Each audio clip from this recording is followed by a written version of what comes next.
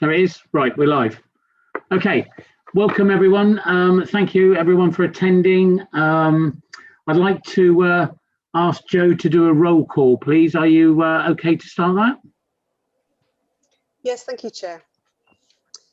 Please just indicate that you're here when I call your name. Rob Appleyard. Here. Tim Ball. Here. Sarah Bevan. Present. Colin Blackburn. Present. Alison Bourne. Here. Shelley Bromley. Present. Neil Butters. Present. Vic Clark. Present. Sue Craig. Present. Paul Crossley.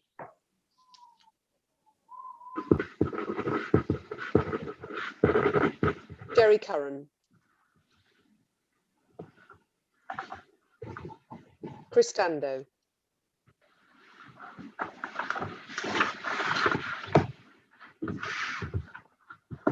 Jess David. Present. Tom Davis.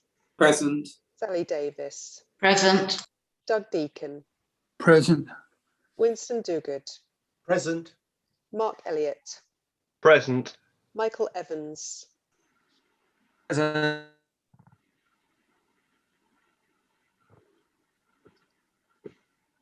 Andy Furs, I know you're Present. present. Kevin Guy. Present. Alan Hale.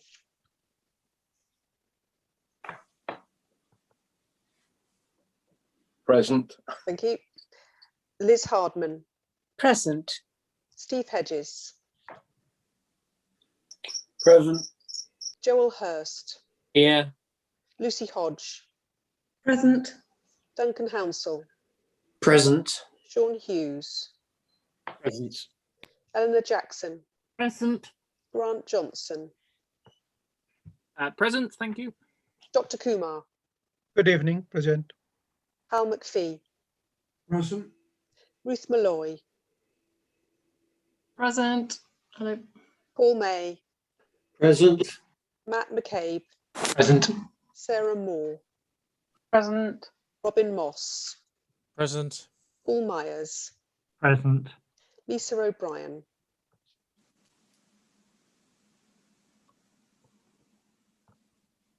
Present. Thank you. Michelle O'Doherty. Present. Barrett Pankania. I understand actually Councillor Pankania might be joining us just a little bit later on. June Player. Present. Vic Pritchard. Present. Manda Rigby. Present. Dina Romero. Present. Mark Roper. Present. Richard Samuel. Present. Bruce Shern. Present. Brian Simmons. Present. Alistair Singleton. Present. Sean Stevenson McGall. Present. Andy Waite. Present. Karen Walker. Present. Sarah Warren. Present. Karen Warrington. Present. Chris Watt. Ryan Wills. Present. David Wood. Present. Joanna Wright. Present. Okay, and just go back and check. Michael Evans. Chris Dando. Present. Thank you. Thank you. Chris Dando. Jerry Curran. Chris Dando is here. Joe. Thank you. Jerry Curran. Paul Crossley. Okay, thank you. Okay, thank you. Thank you very much, Joe. I think Jerry Curran is late. I think he did say to me that he might be arriving a bit late because of work commitments. Okay, I'll keep an eye out. Thank you. Okay, keep an eye out. Okay, so thanks for that. Thanks everyone for attending. Apologies for absence. Do we actually have any on the list, Joe? No actual apologies. As I mentioned, Councillor Pankania has a work commitment and is joining a little bit later on, and we'll keep an eye on those other ones. Thank you. Okay, thank you. Thank you for that. And declarations of interest. So Joe, again, can you announce the declarations of interest listed, please, and keep us up to date with what we're doing, what we're supposed to be doing with declarations of interest today because of budget. Yes, that's fine. Yes, so the monitoring officer has granted a general dispensation for all councillors in respect of payment of council tax and school governorships in regard to the budget item 8. He has also granted a further dispensation with regard to councillors that have made the following pecuniary declarations, which I will read out now, and that is Councillor Sarah Bevan, in receipt of council tax support, Councillor Sarah Warren, a family member in receipt of EHC assessment, Councillor Tim Ball, a family member in receipt of a social care service, Joanna Wright, a family member in receipt of a social care service, and Kevin Guy, a family business in receipt of COVID relief grant. Those are the ones that I had listed, and just to check if there are any further declarations to be made from councillors. Okay, I've got no, Tim, we've got Tim on the list. Councillor Romero, did you have something to say? Yes, I do. I'm not quite sure if I should declare this, but I will declare it, which is as the shareholder of Aquarius. Obviously, I have an interest, but not a pecuniary or personal interest in the council's companies item. Great, thank you very much. We'll note that, Joe. Thank you very much. Okay, so as we go through the debate, as normal, if anyone has any declarations they think they should raise, just do so through the chat, and we can then pick that up through Joe, or I can call upon you to make a statement if necessary. Okay, but I think we're normally covered for this. Yeah, and Councillor O'Brien, I think, is also asked there, Joe, that she's named on the declarations of interest for the comment that she's just had about receipt of a family member in receipt of social care allowance. So again, just get that on the list. Thank you very much. Okay, so next item on the agenda, I'd like to move on. We've got lots on today. Item 4 on the agenda, which is minutes of the 12th of November and also minutes of the 21st of January. So they're in your reports pack. Can I have a mover and seconder, please? Councillor Romero to move. Do I have a seconder? Councillor Alistair Singleton. I see there may have other hands gone up, but that's what I saw. Okay, thank you. Sean Hughes also has got a in receipt of government grant there, Joe. I think some people are just realising that they need to get it in on writing. That's on the chat there. Councillor Hughes' declaration. Yep. Thank you. So we've got both minutes of the 12th of November and the 21st of January been moved and seconded. Thank you for those, and I'll sign those in due course whenever I meet anyone in person. I think that's the message. Okay, so and now item 5 on the agenda. Moving on, item 5 now. Announcements from the chair. So I'd like to remind councillors that all votes on the budget tonight will be named votes. They'll be recorded named votes, just so everyone's aware that. So that's the budget item itself and any amendments that might come forward. Just to remind everyone that Councillor O'Brien will be doing the timings of a 1 minute coming in. So 1 minute to finish. So she'll mention that by voice, because we've tried lots of different mechanisms, but we'll go back to plan A. I think voice. And I'd also now like to invite Councillor Romero as, Sorry, Andy, could I just say something just before we move on, because we ought to announce these interests that have been declared in the chat, so they are actually in the meeting. So I'll just read out another couple. Councillor Paul May is a non-executive director on Serona Health and Care. Councillor Colin Blackburn is in receipt of a government grant for a business. And Councillor Michelle O'Doherty is in receipt of a government grant as Secretary of the Lansdowne CC Cricket Club, perhaps, not sure. Cricket Club, yeah. Yeah, okay. Okay, thanks, Joe. And let's say thank you for that. We'll do that again if necessary. Chair, it's the monitoring officer. I'm happy to extend the dispensation to those additional declarations. Can you say that again, Michael? I didn't get that. I'm saying I'm happy to extend the dispensation to those additional declarations. Thank you. Okay, duly noted. Thank you very much. You got that, Joe? Yeah. Good.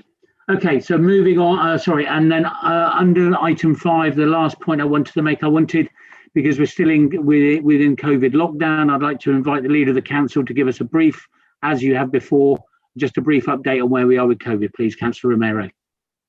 Thank you very much, Chair. And thank you also for allowing me this opportunity to give an update on the pandemic. As many of you all know, the case numbers, like across the rest of the country, are still going down. Currently here, they are recorded at 50 cases per 100,000 in our population. Locally, our vaccination programme is going well, with the majority of those in the top priority groups now having received the first jab. Our death rate too remains relatively low. Nationally, the rate of deaths are reducing in parallel with the reductions in cases by about 20% per week. We are also about to announce new sites for testing those without symptoms, as 1/3 of the population are asymptomatic, and such community facilities are key to breaking the chain of infection. So these new test sites will be in Bath, Midsummer Norton and Keynsham, and you will need to book in order to get one of those tests. There is, however, a new pressure, that of the additional 2,500 people who are now categorised in Bath and North East Somerset as clinically extremely vulnerable. They may need additional support from us or from our partners. They have all been sent letters to make sure they are aware of what to expect. It is hoped that most of these will have received their first jab before the end of the new shielding period at the end of March. Before that date, as outlined yesterday by the Prime Minister, all children and young people will be expected to return to school and colleges on the 8th of March. I know councillors and residents have concerns about this, on whether this will be safe for children and also for staff. Can I remind all that the council has little say in this or in getting vaccinations for specific groups of the population, whether that's workers in a particular field such as education or any other. Everyone will be offered a vaccination dependent on an assessed level of risk. You may find it helpful to watch the webinar I chaired on Friday on the vaccination programme in Bath and North East Somerset. The experts from the CCG, the RUH and from the Bath medical team gave clear advice and guidance on how that prioritisation has been worked out, as well as addressing a number of other areas of concern. You can catch up on that webinar on the Council's own YouTube channel. In addition, the Prime Minister outlined a route map out of lockdown with tentative dates.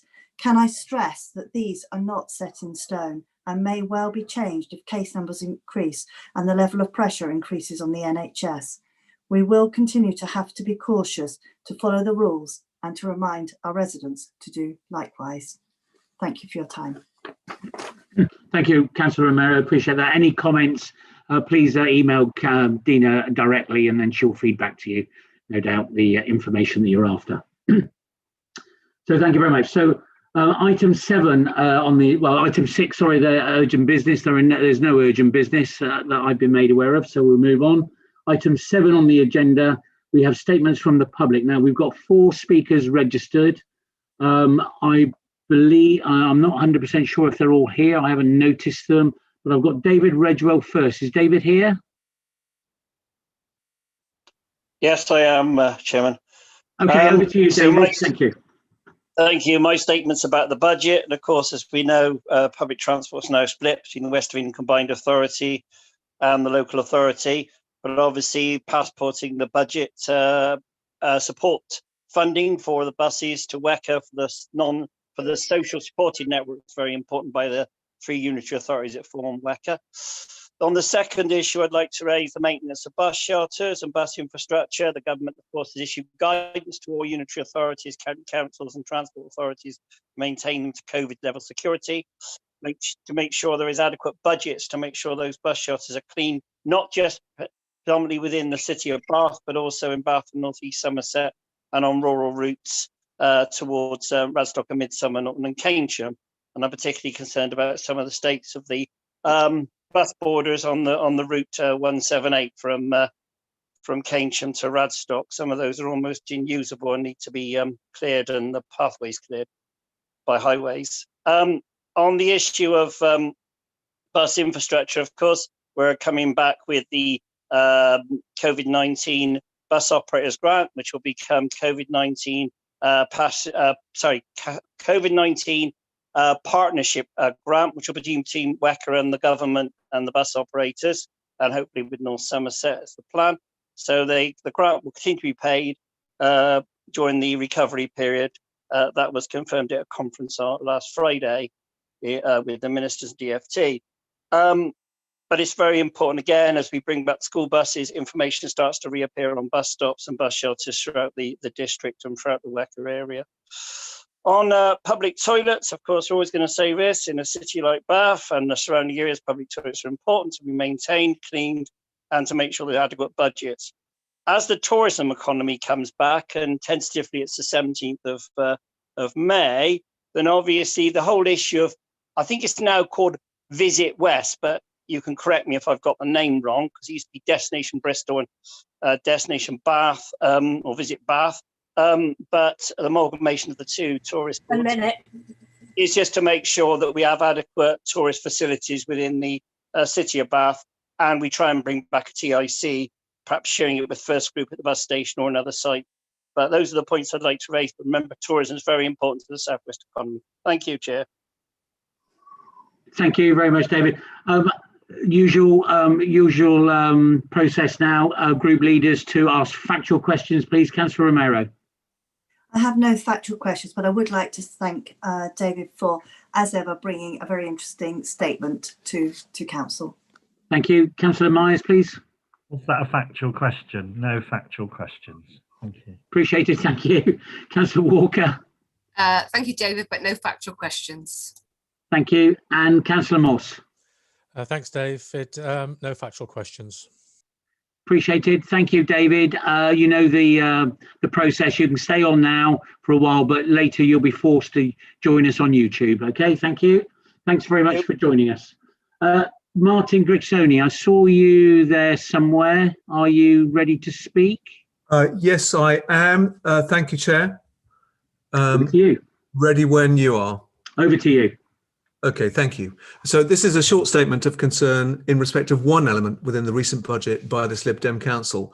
I read that there's an intention to start a local tip tax, charging for household DIY items such as plasterboard and smaller items of building material. This will surely just disadvantage the less well off, reduce recycling and increase fly tipping. I'd submit that this is a mistake, and I strongly urge the Council to reconsider its position. I've seen statements showing that this will create a saving of over 70k, but worry purely on the financial side that not only will this be offset by the cost of increased fly tipping, but also by the increased cost of enforcement action.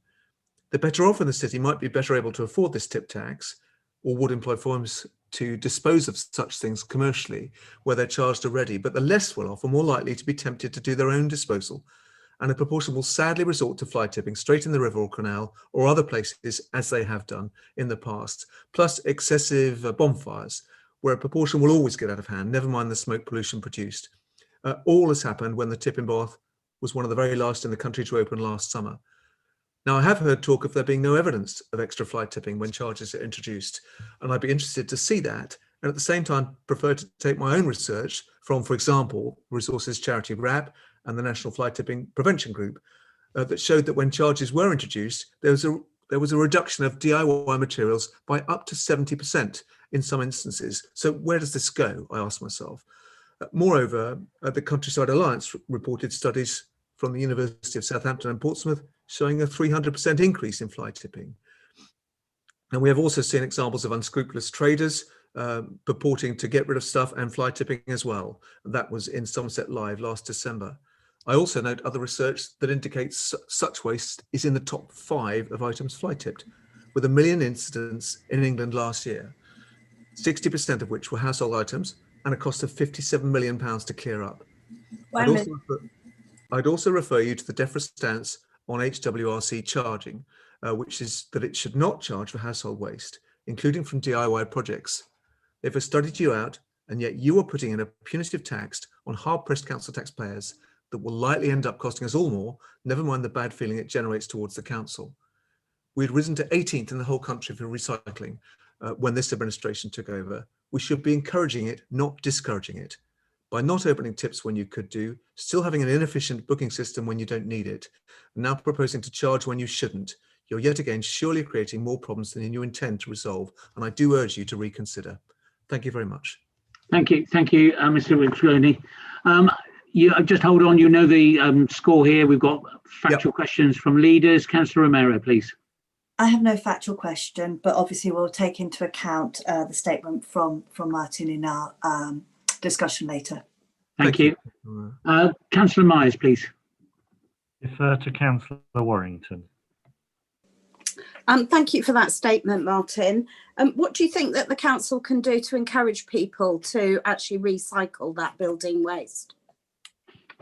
Well, I think the system that we have at the moment works very well. I'm actually quite proud to be in Bath. Under either administration, I think when people go down there to get rid of things like that, I've seen it in other instances where they do charge. In Somerset when they brought it in, and there just is more fly tipping. It doesn't work. Gloucester doesn't do it, Bristol doesn't do it, Wiltshire doesn't do it. And I think to keep on encouraging it as opposed to discouraging it just surely seems to me to be the most sensible thing to do. Thank you for that. Thank you, Karen. Councillor Walker, please. Thank you, Martin, for your statement, but no factual questions. Thank you, Karen. Councillor Moss, please. No factual questions, but thanks for the statement. Thank you, Robin.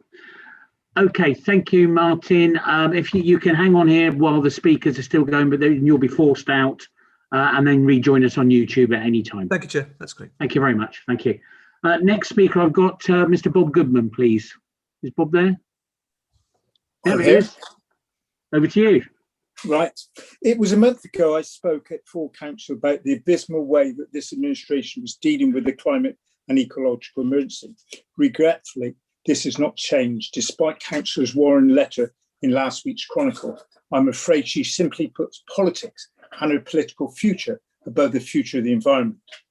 Before discussing other matters, I want again to let this council know that the Cabinet has yet to stop the development of tougher fields. Apparently it's been put on hold.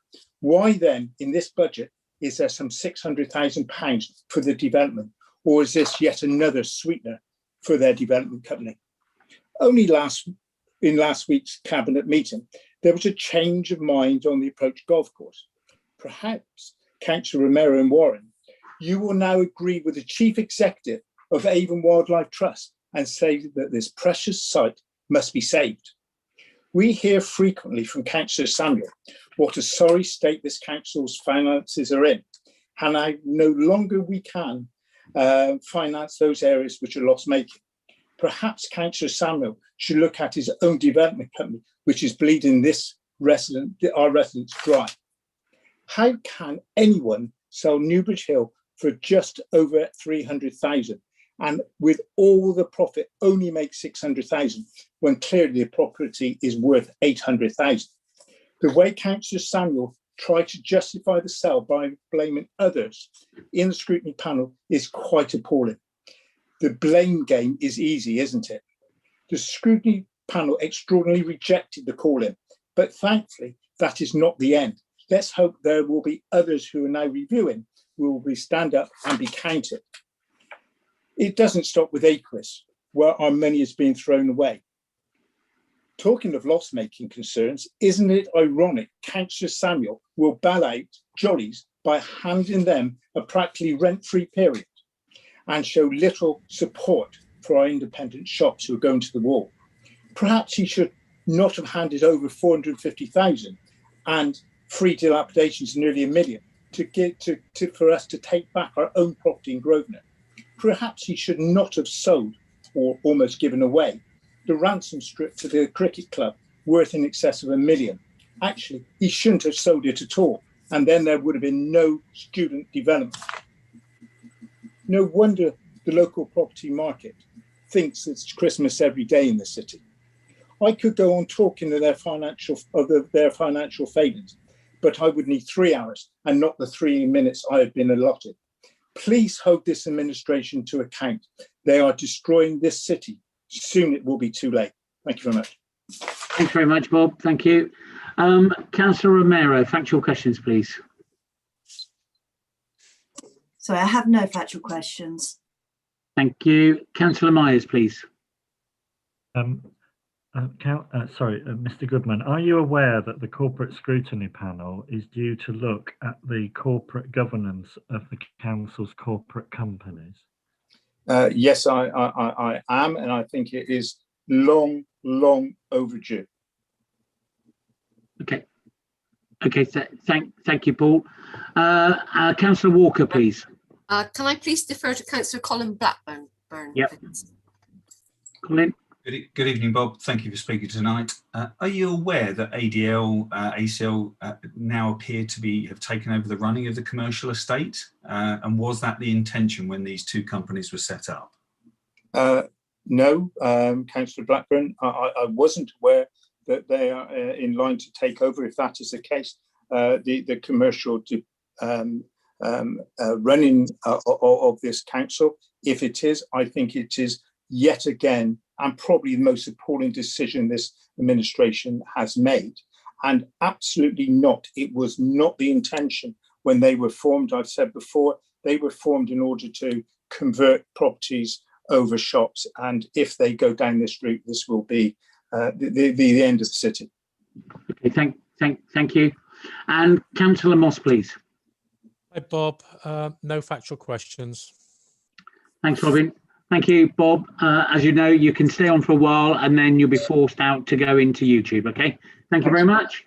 I've got the last speaker, which is Mr. Jonathan Tex. Yes, Jonathan's there. Oh, you're on mute. Oh, yeah, there you are. Over to you, Jonathan. Thank you so much, Chair and members of Council. On behalf of the Friends of Englishcombe Lane Field, thank you for your time. Englishcombe Lane Field is home to a rare habitat you've heard about known as a tufa.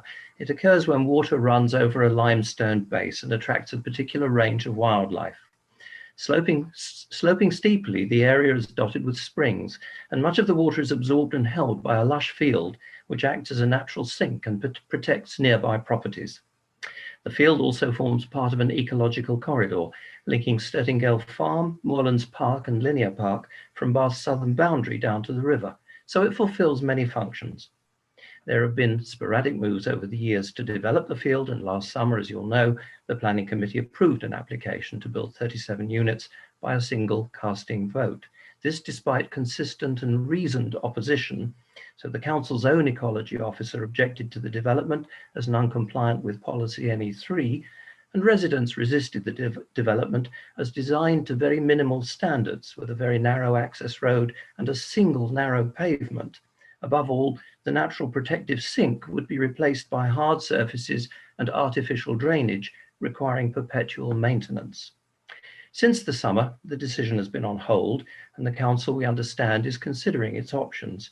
We particularly thank Councillors Romero and David for engaging with residents and keeping us informed. In the meantime, a petition to halt the development has attracted some 4,500 signatures. The partial update of the local plan has given us all a pause for reflection and a new lens on the situation. We welcome proposed policy changes to better protect ecology and to preserve and enhance green corridors, as well as to promote more sustainable travel.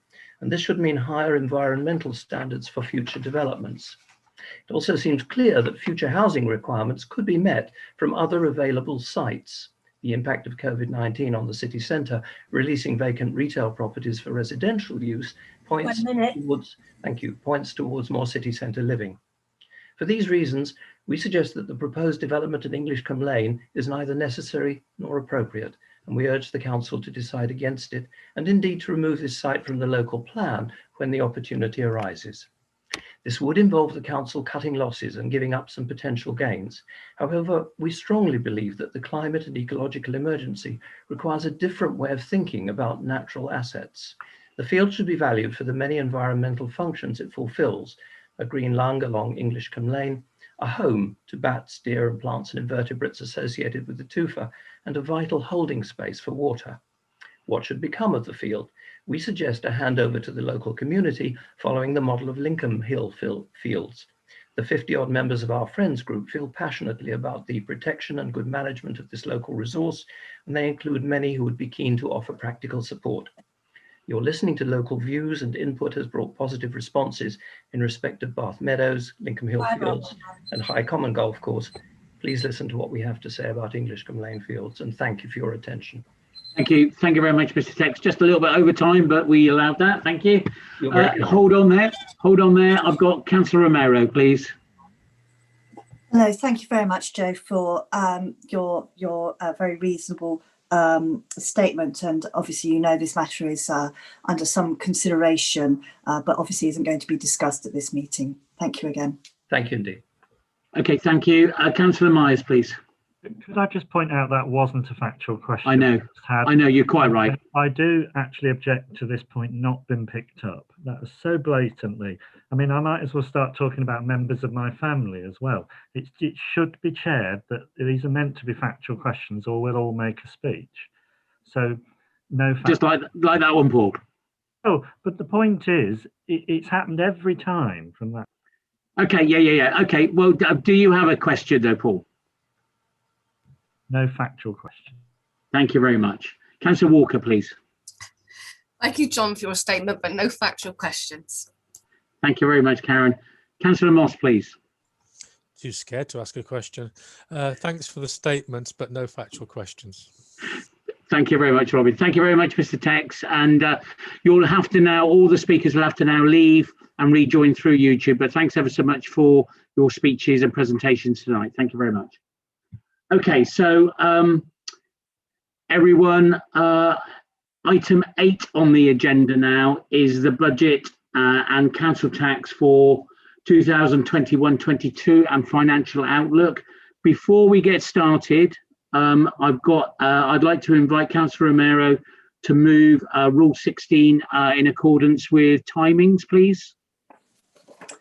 Yes, thank you very much, Chair. I would like to move that in accordance with Rule 16, which is suspension of the rules, Rule 42 be suspended to allow the length of speeches for the budget debate to be varied, which means that unless otherwise stated, all speeches will be 3 minutes, but I think you will have an indication of the length of those that will be moving, seconding, and the leaders of the various groups who will also have different times as well.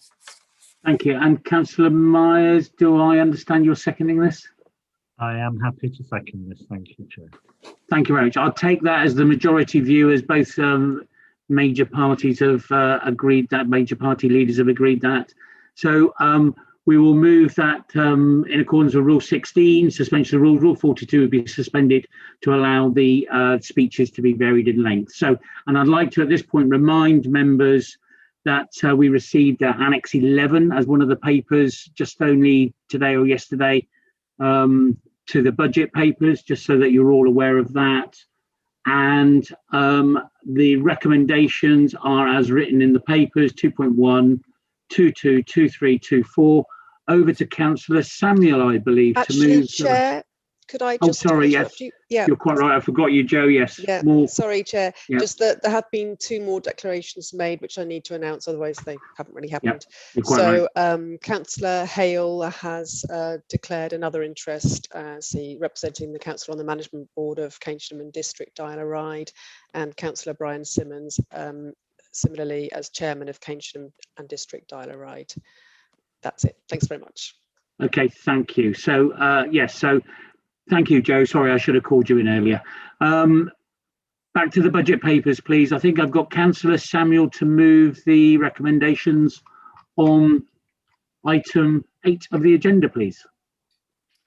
Thank you, Chair. Well, in proposing the recommendations set out in this budget report, I want to start by reflecting on the damage the pandemic has inflicted on local and national life. The past year has been an extraordinary one for our country. COVID has wreaked destruction and damage to our economy and our very way of life. Over 120,000 people have sadly lost their lives. Over 4 million people have tested positive for the virus. Job losses due to the pandemic have amounted to nearly 1 million jobs so far, and over £400 billion has been borrowed by the government. The retail and hospitality sector have been particularly badly hit. And in Bath North East Somerset, where we have strong dependence on visitor spending, the impact has been very serious. The impact on that visitor economy has directly affected this council more so than others. This is an emergency situation in every sense of the word. So today's budget is an extraordinary budget for extraordinary times. Now, while I expect to see some recovery in the coming year, I believe that we need to be prepared for setbacks. The Council's finances are likely to remain under pressure for at least the next 3 years. Only 6 months ago, I introduced an emergency budget, the Financial Recovery Plan, that aimed to save 20 million and stabilise our finances. This decisive action has meant that the Council is on course this year to balance the books in the current financial year, something that could not easily have been foreseen last July. This is crucially important because had the Council been forced to draw on its reserves this year, it would have left us more exposed in future years. However, I am bound to say something about the support we have received from central government. Promises made at the start of the pandemic by Robert Jenrick, the local government minister, have turned out to be based on foundations of sand. He promised we would have all the resources we needed to tackle the pandemic. Well, so far, we have only received unrestricted grants of £12 million from the government and we do expect to be able to claim 18 million more for income losses. However, the government scheme does not compensate our losses from commercial property and only provides 70% reimbursement overall. This means that a £14 million shortfall exists that we have had to make up by service cuts, the extensive slowing down of our capital programme and the raising of council tax. In 2 words, we have been shortchanged. It is against this background we have been forced to plan for the next financial year. Now, much of the impact on the council has been the substantial loss of income I referred to from our world-class heritage assets such as Roman baths and pump rooms, but other major losses have occurred from reductions in parking and related transport income, and these are set out in the report. Finally, our commercial estate, operating in the marketplace as it does, has seen a huge downward pressure on rental income. Tenants who have received inadequate support from the government have turned to us for help, whether through rent restructuring, payment deferments, or in the worst cases have had to default. As businesses have ceased to trade, income has reduced, and for the moment, units remain difficult to let as private confidence has drained away. All these factors mean that our planning assumptions for 21-22 have had to be downgraded as the starting point in building this budget. I made an early decision that given the extreme economic turbulence I have described, we should smooth the impacts of reduced income until the local and national economy recovered and income levels began to return to pre-COVID levels. If I had not taken this decision, we would be looking at making £20 million of cuts on top of those we made only 6 months ago. And I was clear that this would have been difficult at any time, let alone while we were still dealing with the pandemic as a council.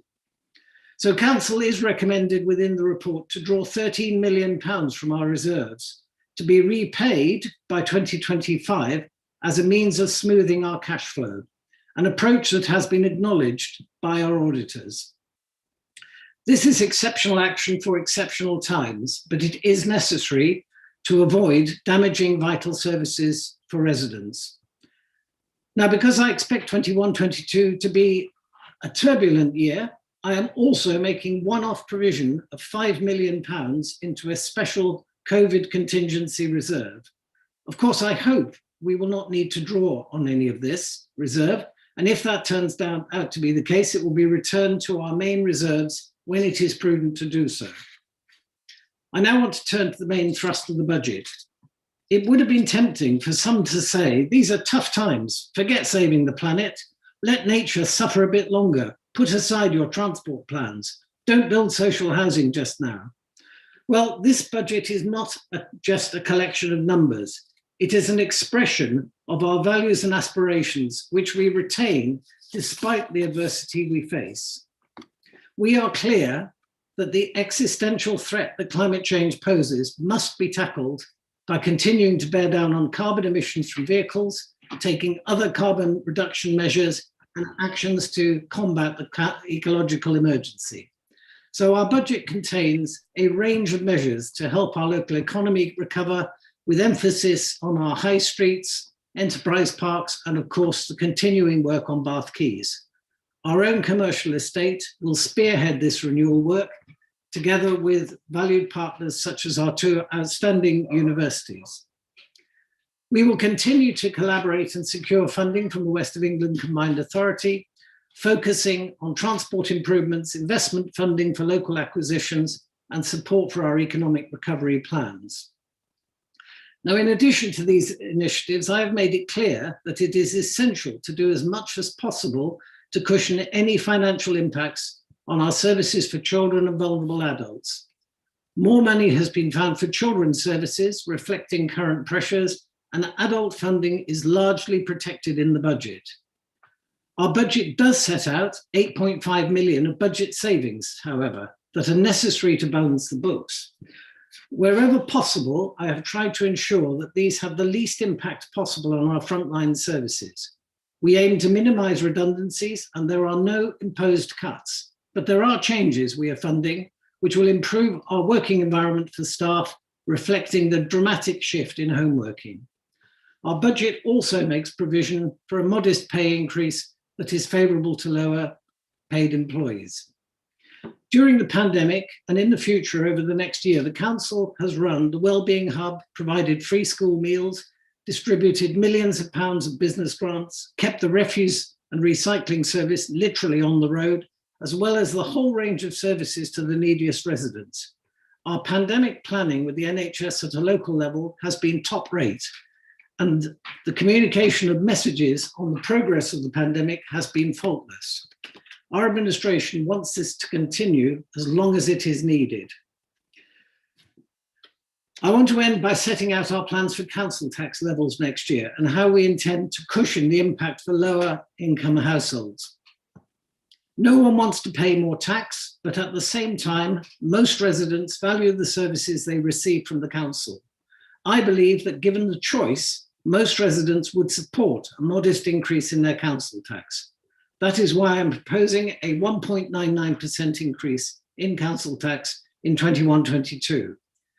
That increase is necessary to bridge the financial gap left by the income reductions I previously described and to avoid further damaging cuts. It also enables the continuing delivery of the programme we were elected to implement.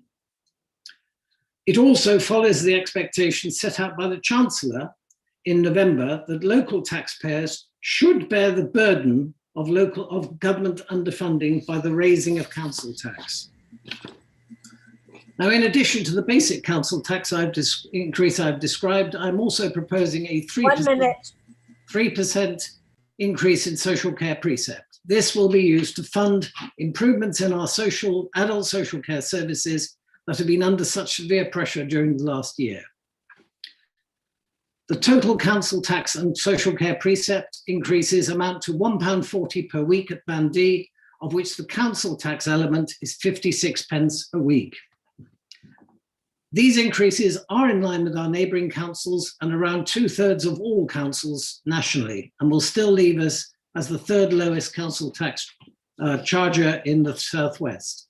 Now, I realise that even this small amount of increase, will be a struggle for some people. That is why I've increased the funds available for council tax support from 10.22 million to 11 million.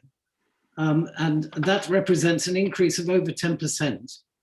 And also funds for welfare support have been increased to 0.59 million from 100,000, a 50% increase. Chair, this is a robust budget for very challenging times. It aims to restore stability to the Council's finance after a truly dreadful year. I will finish by paying tribute to Andy Rothery. I will finish by paying tribute to Andy Rothery and his excellent finance team, as well as the other directors and officers who have supported our work. They have worked tirelessly to bring these proposals before us today and help us rebuild our financial strength.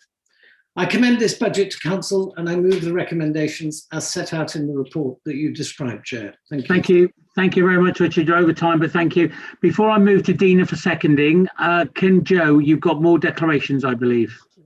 Yes, one further declaration has been made, and that's from Councillor Romero on behalf of the Lib Dem group, who the local party was in receipt of a COVID-related grant.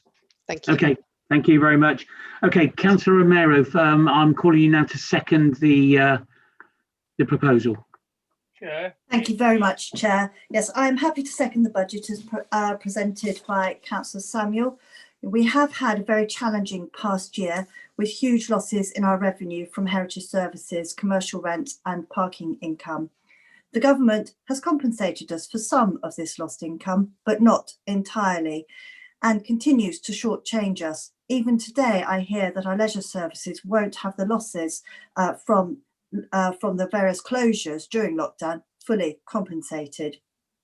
We made a mid-year financial recovery plan which helped reset our finances, but we still are in very difficult times.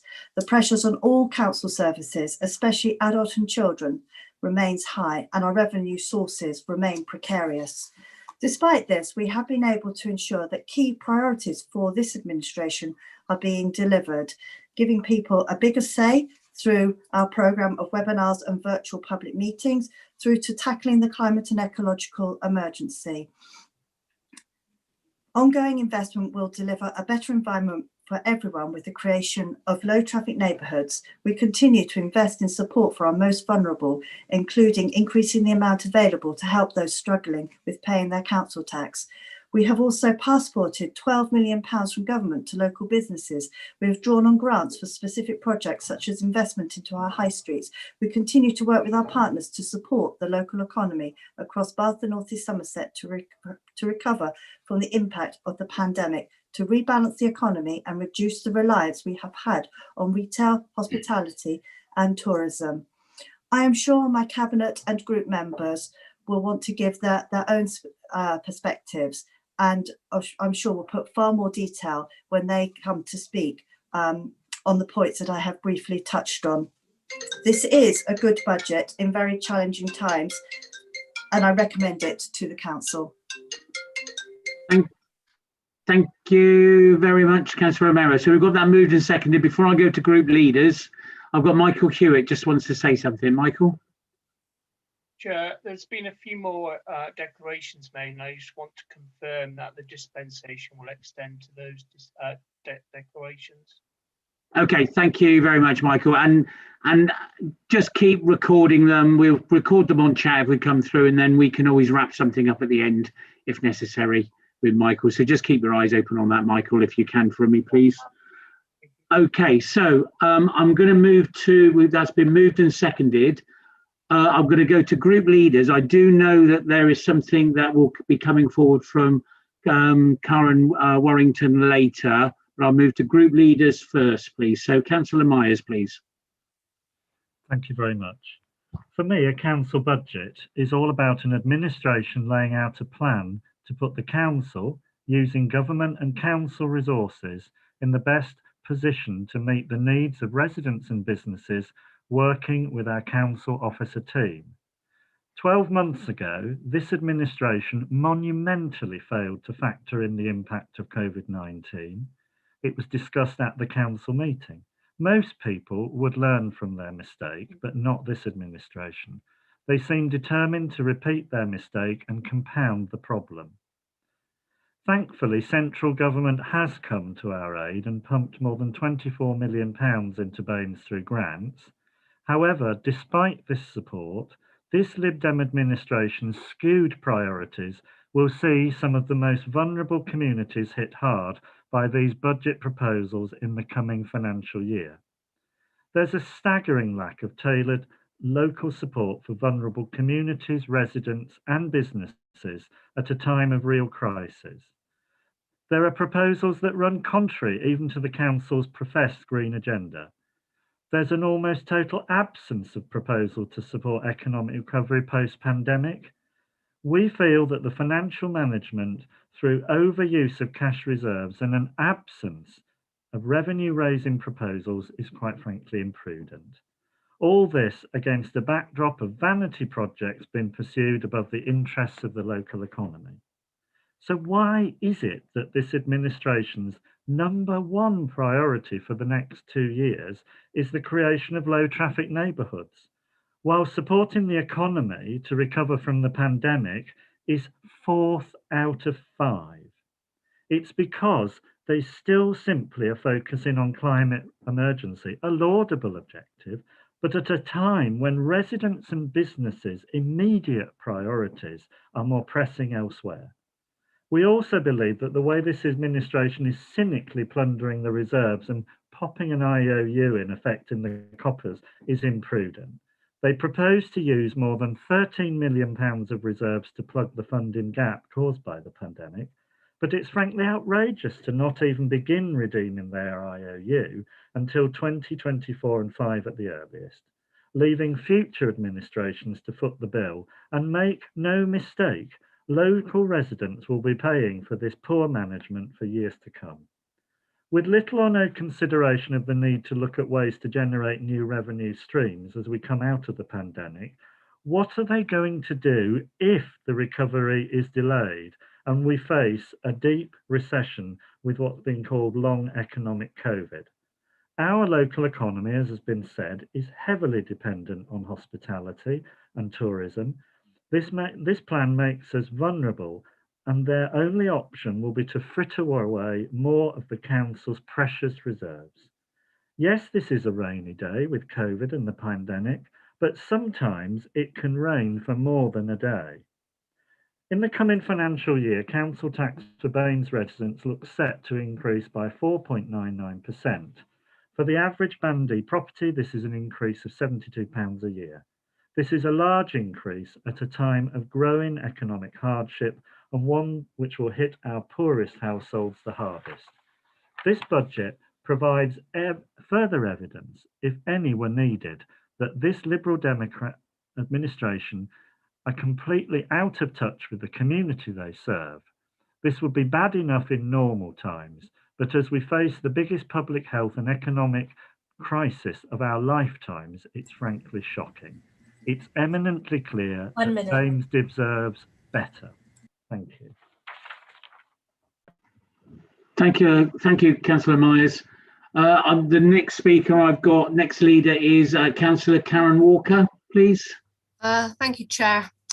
The independent group acknowledges that a lot of hard work has been undertaken to prepare this budget, but the preparation of the budget before us is in no way a clear plan to come out of lockdown restrictions and is difficult to endorse. The needs of our communities as we start to recover from the pandemic are not yet fully known, and we will need to work hard to financially support as many aspects as possible to aid recovery.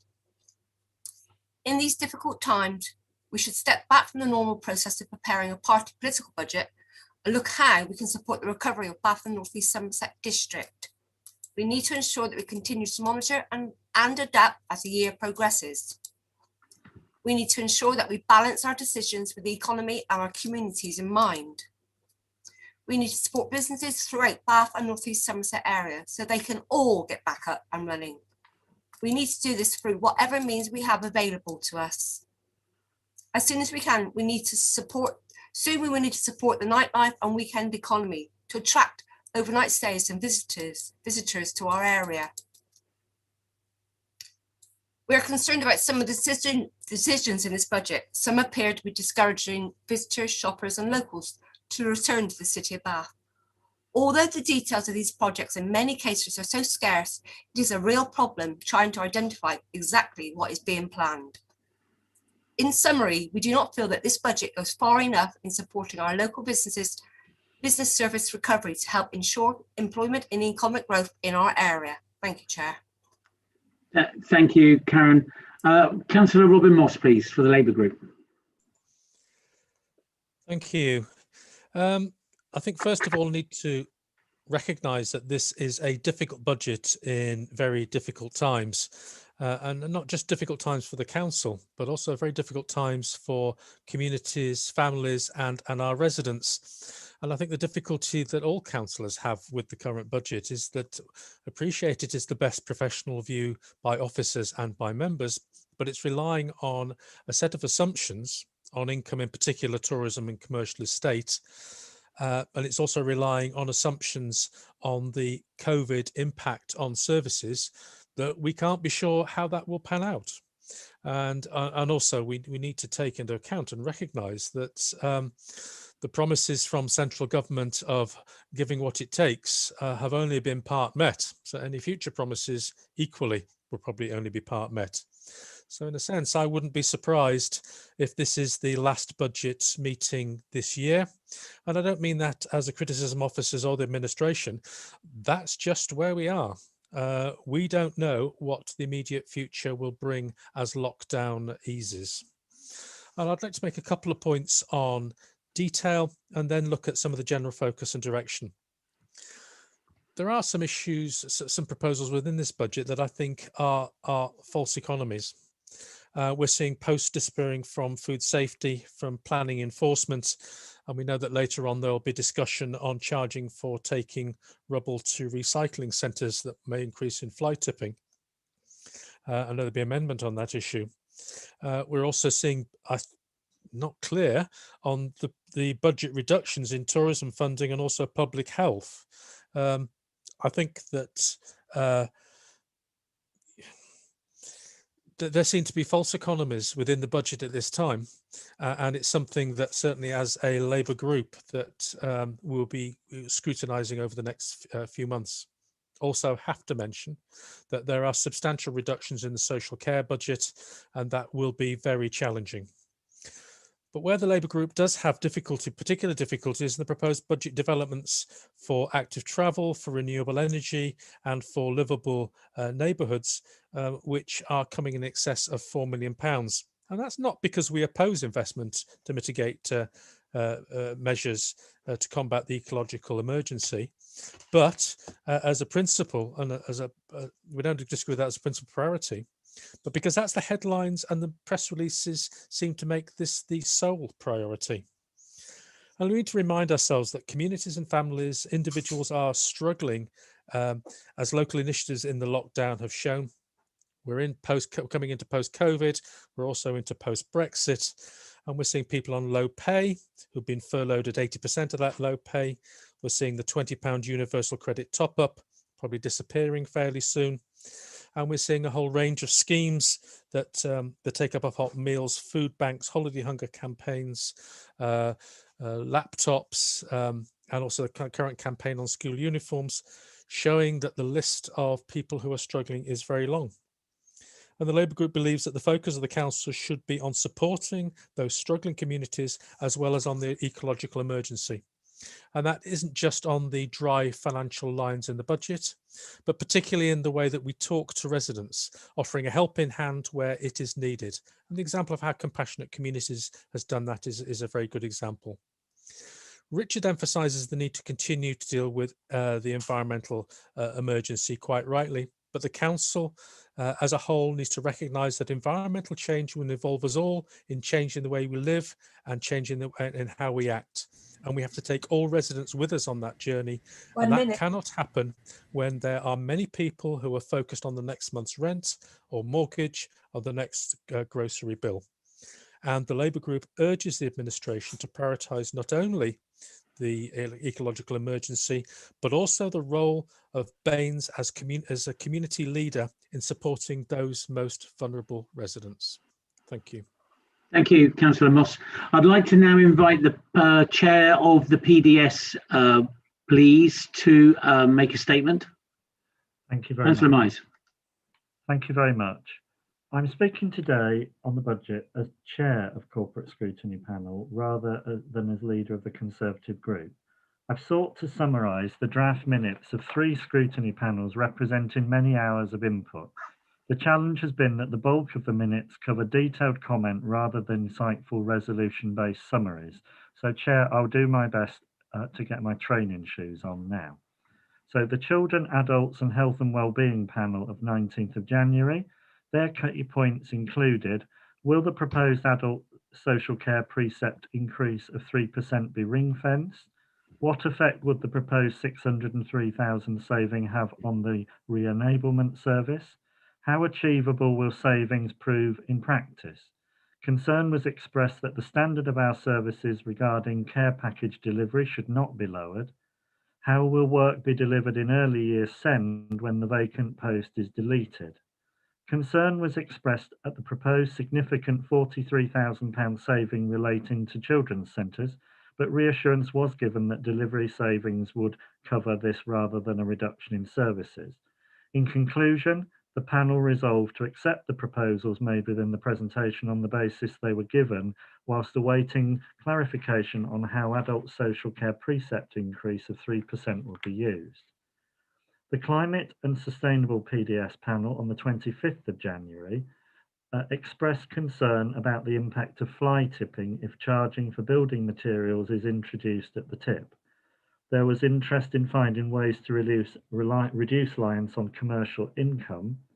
And where has the increase in income in the waste and fleet operation come from, as well as how is a reduction in plant maintenance possible?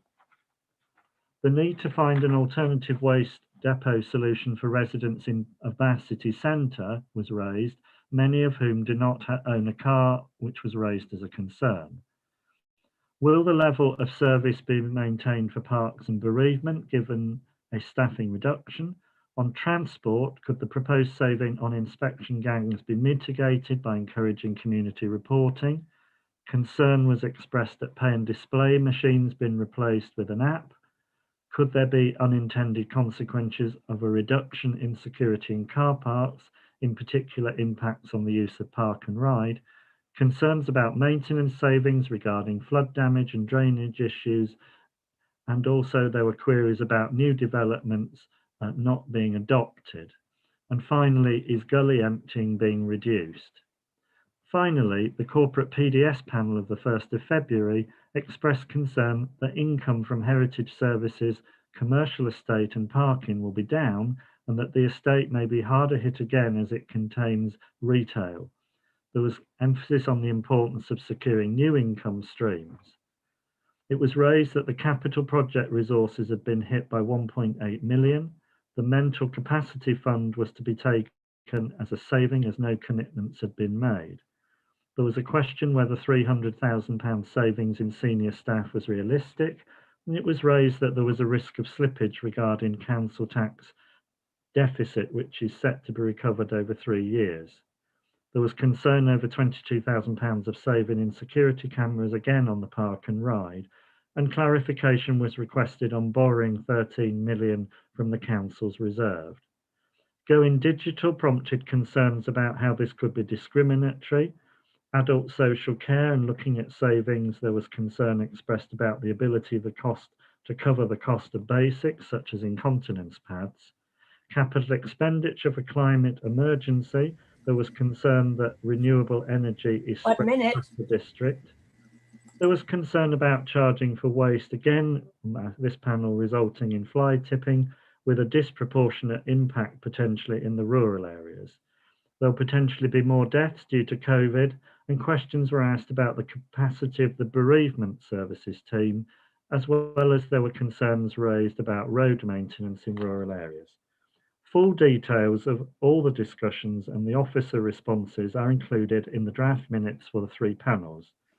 Overall, on behalf of the 3 panels, I'd like to thank you tonight, Council, for the opportunity to speak, and at the same time would like to thank officers for all their hard work supporting the scrutiny panels and in preparing this speech. Thank you.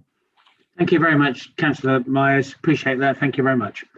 Okay, so those are the group leaders and PDS statements. I now understand there's an amendment come forward from Councillor Warrington. Now, before I pass to Councillor Warrington, have we all seen the amendment? Because it is a bit later than we normally would receive one, although it's still within standing orders. There's nods around the room. If you have not seen it, can you make that clear, please? Either verbally or to Joe. Okay, so I'll work on the assumption that we've all seen it. Councillor Warrington, over to you, please. Thank you, Chair. Yes, Chair. as everybody has seen this, I will not read out the whole amendment. So I'm proposing the amendment to the budget because I am extremely concerned about the policy to charge to dispose of certain building materials. We've already heard that the pandemic has caused a great deal of financial hardship for many people, and we are now proposing a large increase in council tax. I believe that it is unnecessary and unfair to start charging people to recycle these types of materials. There is likely to be a larger impact on those less wealthy individuals and on those living in rural areas nearer the cities. It's a very short car journey for fly tippers to dump rubbish just outside Bath and just outside Bristol in very beautiful rural areas. And therefore the council will be putting our environment and ecology at risk by creating unnecessary barriers to recycling. You've already heard one speaker quoting the percentage increases in fly tipping in recent months. I quote from letsrecycle.com in their article, DEFRA reiterates stance on HWRC charging. And DEFRA are committed to launching a review on these charges. And a DEFRA spokesperson said, we have been clear that disposing of household waste, including waste from DIY home improvement projects, should be free of charge. That is why we are planning to review current rules. For these reasons, the charging proposal policy is clearly contrary to the Council's green agenda and harmful to residents, among whom the less well off would be most affected by these charges. Indeed, until DEFRA are able to conduct the review, the policy to charge is also premature, and savings can be made by staff efficiencies and agency costs. And hopefully there may be less costs associated with clearing fly tipping. In addition, people pay council tax in order to cover the costs associated with waste disposal. It therefore sets a precedent when the council withdraws a service that residents believe are already included in their council tax, and I therefore urge councillors to support this amendment. Thank you, Chair. Thank you very much, Councillor Warrington. I need a second. I believe it's Councillor Watt. Yes, Chair. Thank you very much. And I'll speak now whilst seconding the amendment. The reason why I'm seconding the amendment is whilst I am specifically concerned about the... Chair, I'm sorry to interrupt, but could you refer to Michael Hewitt's comment? You need to find out whether the amendment is accepted before drawing the seconder to speak. Okay, so sorry, Chris, just pause there a second. Just pause there a second. There's a couple of procedural things we need to do here. So, right, so first I need to, now it's been seconded, before I go back to Chris Watt for his speech on it, has this been accepted by the mover and seconder? So Councillor Samuel, Councillor Romero, are you willing to accept the amendment? No, Chair. I'm not willing to either, Chair. Okay, and before we go back to Chris, I just want to, there is another procedural issue, now it's been seconded, about the significance of it. I'd like to, I believe it's not deemed as significant, i.e. a significant change to the budget, but I will ask the Chief Executive to confirm, please. So yes, I've consulted with the other statutory officers, and yeah, my view is that this is not a significant amendment to the budget. Okay, I think we got that. You did break up. So it's not seen as significant, i.e. in the terms that is a major change to the budget, and therefore can, if passed, can be accepted and agreed within the budget, within the realms of the budget. So back to you, Councillor Watt. Apologies for that, but you can start all over again. Thanks, Chair. So whilst I am concerned about the specifics of this amendment, and I do agree that the most likely impact of charging for this type of thing will lead to an increased amount of fly tipping, and whilst urban areas are not perhaps so prone to fly tipping, they are very definitely it seems like there's a never-ending stream of fly tipping already going on out in the more rural areas. But I want to raise a question which might not be best dealt with here, but needs to be considered. And that is that if a council continues to take an approach where it seeks to charge for everything, then there's a point in time at which that council, in my view, no longer is entitled to continue to consider itself a public authority. We agree that there are public goods, and we agree that we come together to provide those public goods through some tax delivery. And we agree that on the basis that there's a wider benefit associated with everybody having access to these sorts of services, such as less fly tipping, and that we agree they need to be provided in an equitable way. And if council spends too much time heading down a path of charging for everything, it just becomes a service provider. And actually, the council isn't always the best operation to be the service provider. It's not hard to find examples where people have issues with the way council provides services, the quality of the services, and the lack of availability of those services sometimes. And I just cast this question to council, that at some point, the more the council decides it's going to charge for its services, I think the less license the council has in the public's mind to operate as a council. And if in the end it's just going to be another organisation that can supply a service that's charged for, then there are better structures and more appropriate, more responsive organisations, private sector, charitable sector, or otherwise, will probably at a lower cost, probably more widely available, probably more responsive, and councillors should consider this before they accept the widely expanding use of charging for services that previously might have been considered public goods. Thank you, Councillor. Well, you broke up a little bit, but I think we got the overall message. But thank you for that. I've got a list of speakers on the amendment. So I've got Councillor, before I go to Councillor Wood, I'll just read out a list of names. So I've got Councillor Wood first, then Rigby, Moss and Walker. Dave Wood, Councillor Dave Wood, please. Yes, thank you, Chair. Well, if there's something I wasn't really expecting tonight, it was a Barney about rubble. But actually, I think this is a testament to Richard's budget, that the only thing that anyone would like to change about it is around rubble at recycling centres. This move does bring us in line with the rest of Somerset and with North Somerset, who charge for rubble and have charged for rubble for some time, and decided to do so under Conservative councils at the time. We've spoken to councils. They've told us they did not see an increase in fly tipping as a result. I can see no evidence for the claim that it does, and none is presented in this amendment. I'm a strong believer in evidence-led public policy. On fly tipping, I'm pleased to say that under the Liberal Democrats, the council has a zero-tolerance approach to fly tipping. We've put extra resources into catching fly tippers, and we punish them whenever there is any evidence that allows us to do so. The climate emergency has been mentioned tonight. This is the right decision for the climate emergency when you think about it for a moment. We know from other places that charging for rubble reduces the instances of households coming back time and time again over the course of a few days, depositing bootloads of rubble, lots and lots of journeys to the recycling centre.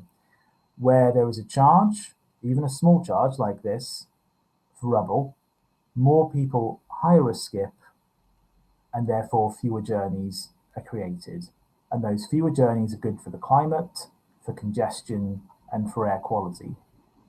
But ultimately, in order to both balance the books and protect frontline services, decisions need to be made. This particular saving that we're looking at reverses the proposed saving in the financial recovery plan that would have cut waste and recycling staff. 1 minute. Thank you. I wouldn't let that happen, as that boiled down to a choice between closing recycling centres on certain days and just not collecting people's bins when crew members were sick or self-isolating. That is the result of further efficiencies to a service that has already been cut over so many years. I'm very, very concerned to see this amendment wants to cut frontline waste and recycling services. That is not what residents want and is a kick in the teeth, frankly, for our hard-working crews. I would encourage you to withdraw this unfortunate amendment and to support the budget. Thank you, Councillor Wood. Councillor Rigby next, and then Moss. Rigby, please. Thank you very much, Chair. I shall keep this very short and sweet. I too won't be supporting this amendment, specifically because of what it says in item number 6, i.e. request that the predicted 71,000 proposed saving instead be made by identifying operational efficiency and agency staff cost savings. I think we all recognise that this has been a time that has been very, very challenging for a lot of our frontline service providers, and probably none more so than waste services. And I'm sure I'm not the only councillor who's had a lot of emails from people thanking us for the outstanding work that they have done under incredibly trying circumstances, and at many times with a lack of staff due to either self-isolating illness or being redeployed elsewhere. I feel that actually it's completely inappropriate at this time to attack an operational inefficiency. I believe that all of us in the council are extremely proud of our staff who work phenomenally hard, and by doing so deliver excellent service. So I urge people to vote against this quite harmful amendment. Thank you. Thank you, Councillor Rigby. Councillor Moss, then Walker. So Moss, please. Thank you. It's a very opportunistic amendment, I'm afraid. Sorry, I'm getting some echo. Just bear with me now, switch the video off and speak. Okay, sorry. You are clear. You are clear. Yeah, fine. I was getting some echo, which was putting me off speaking, so it's probably to be encouraged. I think it's an opportunistic amendment. I'm afraid I'm very sceptical about charging for taking stuff to recycling centres and assuming that won't result in fly tipping. The administration talks about CCTV discouraging. Well, most fly tipping happens in rural areas, so short of fitting every rabbit with a little camera, I'm not sure how that can happen. However, it's the line I think that Manda has pointed out that the Robin, you're on mute. Sorry. Robin. Yeah, okay, that wasn't me. We got to the point where you said Manda. Yes, mention Manda and everything switches off. I think it's the line about 71,000 coming out of agency costs and operational efficiencies. We know perfectly well there's been high agency costs over the last years because of shielding and the rest, and that is an unusual time. And there's also operational efficiency is just a code for redundancies, and it's a very conservative amendment, I suppose, in the sense that the Conservative government will applaud key workers, they'll go outside on a Thursday afternoon and clap key workers. Then they'll put a pay freeze in for those key workers, and as a little local bonus down in Baines, we'll make some of them redundant. While we have scepticism about charging and the consequences, the Labour Group will not be supporting an amendment voting for an amendment that attacks key workers in this way. Thank you, Councillor Moss. So I've got Councillor Karen Walker. Karen, please. Thank you, Chair. I will be supporting this amendment. I note that, a lot of the service people out there do work very, very hard, but we do need to address the fact that there is a lot of fly tipping. And Councillor Myers touched on the fact that CCT signs in high tipping areas, this does not stop people doing it again and again. And I see that in my own ward. So, and I don't believe that residents should have to have the charges put on them to take rubbish away. Even now we see so much litter in our hedgerows, which has an effect on the environment, and we need to do something more to address this problem. Thank you. Thank you, Karen. I was busy trying to line up the next speaker. So those are all the speakers I've got on the amendment proper. I've got Councillor Samuel to sum up the amendment, please, because you were the mover of the original motion. Thank you, Chairman. Well, it's interesting to be lectured by Councillor Watt on what a public good is. He clearly does not understand the 40 years of Conservative policy which has chosen to marketize everything in the public sector and introduce charges left, right, and centre. Some of these are not down to Conservatives alone, by the way, but we have charging for prescriptions in the NHS. We have charging if your telecommunications provider wants to alter things. You get charged if you want to alter a water supply. You get charged for planning applications, and so the list goes on. These can all be argued as being public goods, and yet public goods can only be provided in one circumstance, and that is if they are properly funded by progressive taxation. And that seems to be the missing link for Councillor Watts and his colleagues. The market has been introduced into public services in Britain, and I'm afraid it's the Conservatives who introduced it. And that's why this amendment is so fallacious. Had to try and pretend that this administration is charging for a public good, when actually the policy was set a long, long, long time ago by the party that you represent. Please grow up. Thank you, Councillor Samuel.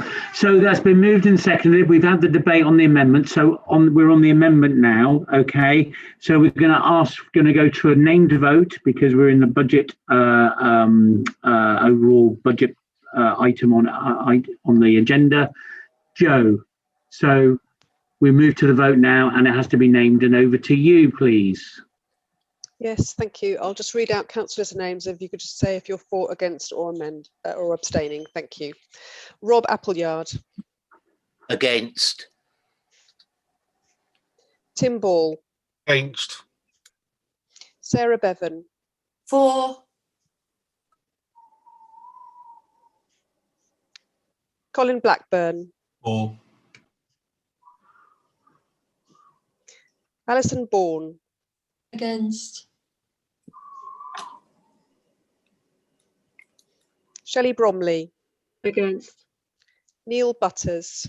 Against. Dick Clark. For. Sue Craig. Against. Paul Crossley. Against. Jerry Curran. Against. Chris Dando. Abstain. Jess David. Against. Tom Davis. Against. Sally Davis. For. Doug Deacon. Against. Winston Duguid. Against. Mark Elliott. Against. Michael Evans. For. Andy Furs. Against. Kevin Guy. Against. Alan Hale. For.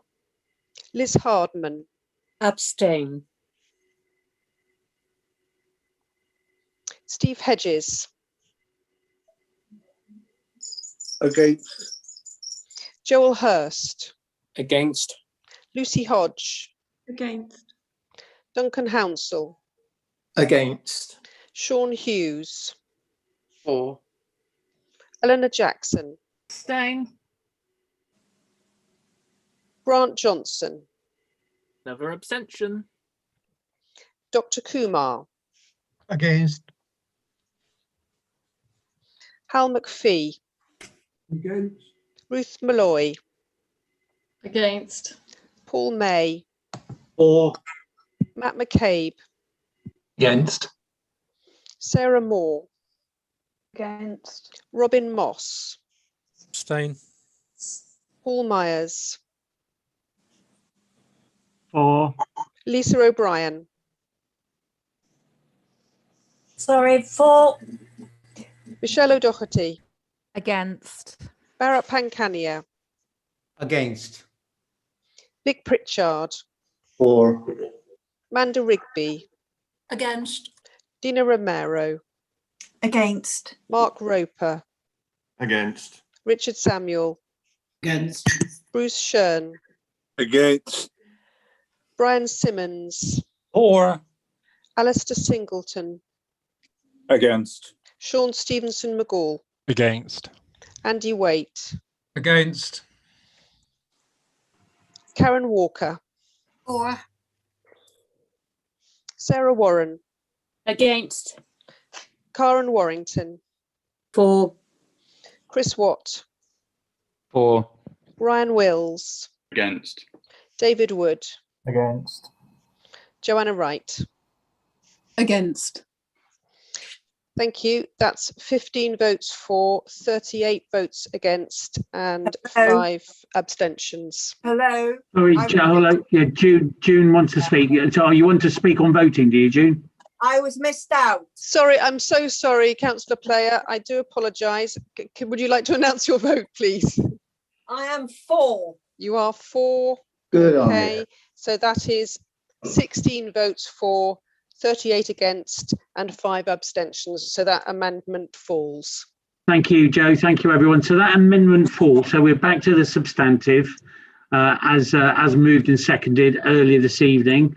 That's on our papers, not changed. So just keep everyone up to date with everything. So I'm going to ask Councillor Kevin Guy as the first speaker, please. Then I go to Paul May. So Kevin Guy, please. Thank you, Chair. Cabinet Member for Children's Services, I'd like to start by praising all the teachers, school staff, volunteers, council officers who have worked tirelessly for the benefit of children in Baines over the last year. The Cabinet and this council are immensely grateful for your hard work and determination in these difficult times. This council, through this budget, is determined to help the most vulnerable children in our society.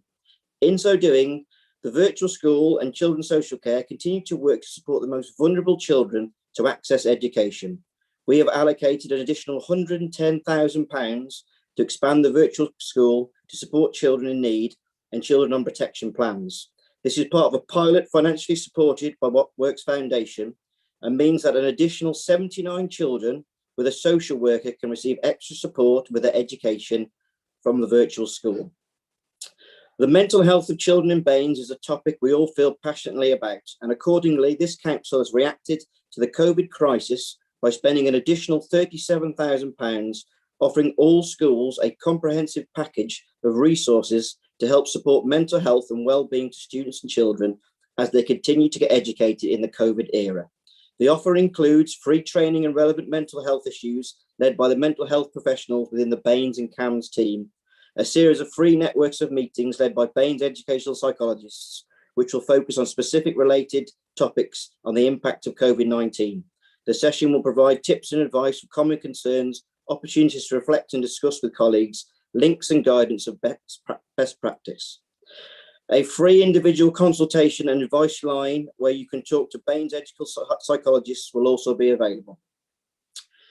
I've been particularly shocked at how the government has sidelined early years provisions in this pandemic.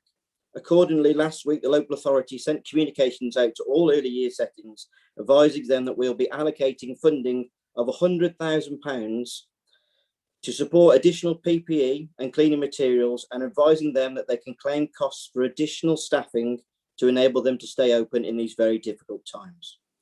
Because of this sound financial footing that this budget has put us on, the local authority has been able to fully support school meals for almost 4,000 children last week in the half term. And we are fully committed to rolling out 2 additional new eco-primary schools this year. This budget protects and supports the children of Baines, and it has my full support. Left. Thank you, Lisa. It has my full support. Thank you, Chair. Thank you. Thank you very much, Councillor Guy. Councillor Paul May. Now, I've got a really long list here, and I would say almost nearly everyone wants to speak. So bear with me. So I've got Councillor Paul May, then Councillor Hansel. So, Paul. Yeah, thank you very much. No new administration could have expected to have planned for the impact of this horrible pandemic. But I'm pleased to say the Conservative controlled council did achieve £40 million of annual budget reductions, which gave a sound financial baseline for this council. And we heard at Cabinet last week that was £61.74 million in the reserves. So I can only really address this budget bid in terms of priorities. The stated priorities are transport, climate, and the vulnerable. I think we should be actually thinking about the most vulnerable groups, which I think is the most vulnerable in society, our staff and businesses. So starting with the most vulnerable in society, they're seeing face-to-face contact removed from the valued one-stop shops, a massive reduction of £2.6 million cut in care packages and re-ablement, and they're going to have to pay the 5% increase in council tax, in addition to the £8.5 million of cuts. We have consistently and rightly provided high quality standards for adults, and removing or reducing them during a pandemic, I think, is wrong.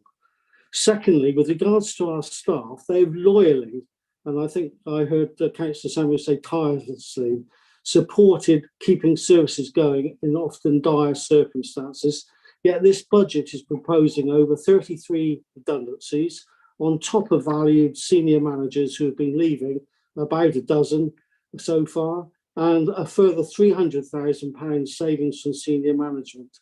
Removing offices and leaving the very staff who kept things going is a breach of trust for those staff who have shown loyalty to the council. I think the low pay allowance is also seems unfair as a reward for this dedication, surely. 1 minute. Finally, our businesses, the cuts to the Visit Bath, I think will remove support for hotels, guest houses and shops. The government have already paid in something like £72 million into businesses in this area, and I think we should be supporting them through WECA in the future. So there are priorities, and I think the priorities we should be concentrating on is the staff, the most vulnerable in the community and businesses. And I think the balance of this budget at the moment is wrong, bearing in mind there's going to be further green grants. And I think our recovery after the 21st of June of income generating services will be enormous. Thank you, Chair. Thank you, Councillor May. Appreciate that. Thank you, Paul. Councillor Hansel, then Timball. So Duncan, please. Thank you, Chair. A few days ago, when taking my half-hourly exercise walk, a resident approached me and asked me, how are Bain's finances? I was slightly taken aback, but was surprised by my reaction. It was one of pride that this Liberal Democrat administration had reacted so robustly to the financial challenges arising from the pandemic, and the ambition that is evident in this budget for 2021-22. The residents of Saltford, Corston, Compton Dando, Newton St Low and Queen Charlton in my ward expect financial competence at Bains, and they have it. Let me focus on one element of the budget, the continuation of the Ward Councillors Empowerment Fund, whereby a ward councillor will be able to direct £1,000 to local projects that match the aims of Bains Council, such as the ambitious target to have 100,000 trees planted in the district over the course of this administration. I am minded to use the Empowerment Fund to support the creation of a community orchard in Corston Village. There is an enthusiastic steering group for the orchard project, which is community support, not least from Corston Parish Council. I can't resist the imagery here. The hard work of Councillor Richard Samuel and the financial officers at Bains will literally bear fruit in the coming years. Strong and nimble financial management is reaping a reward that takes us from high-level spreadsheets to positive action on the ground. This is what Liberal Democrat councillors do, enabling people to make the best of themselves, putting communities at the heart of our endeavours and improving people's lives. Thank you, Chair. Thank you. Thank you very much, Duncan. Councillor Timball, then Karen Warrington. So, Tim. Thank you, Chair. I won't speak very long this evening because I know it's been a long night. Just a quick reminder, this is a progressive budget, and this may not be what the opposition wanted to hear this year. The opposition worked hard to ensure that last year's budget was balanced for the first time in a number of years, despite the pandemic, and every credit must be paid to council officers. The shame the government have not done the same and can't be given the same sort of credit. Penny pinching, shortchanging the council and force us to dig into reserves. There are areas where, as a council, we are starting to take action to reduce costs and are bringing services back in-house that reduce ongoing costs to council and helps protect services for the future. Costs, as we know, are going up everywhere, and so will council tax in all councils. I'd like to draw attention to the Charter Trustees budget City of Bath that was passed a few weeks ago that actually has a small reduction this year. So there are progressive matters going on and people looking to reduce costs. I will be supporting the budget this evening. Thank you very much, Councillor Ball. Councillor Warrington, then Andy Waite. So Karen first.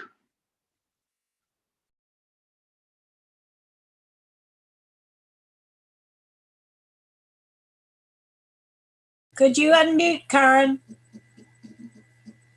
Sorry, I was going to speak to propose the amendment, so I feel it's a bit unfair if I jump in.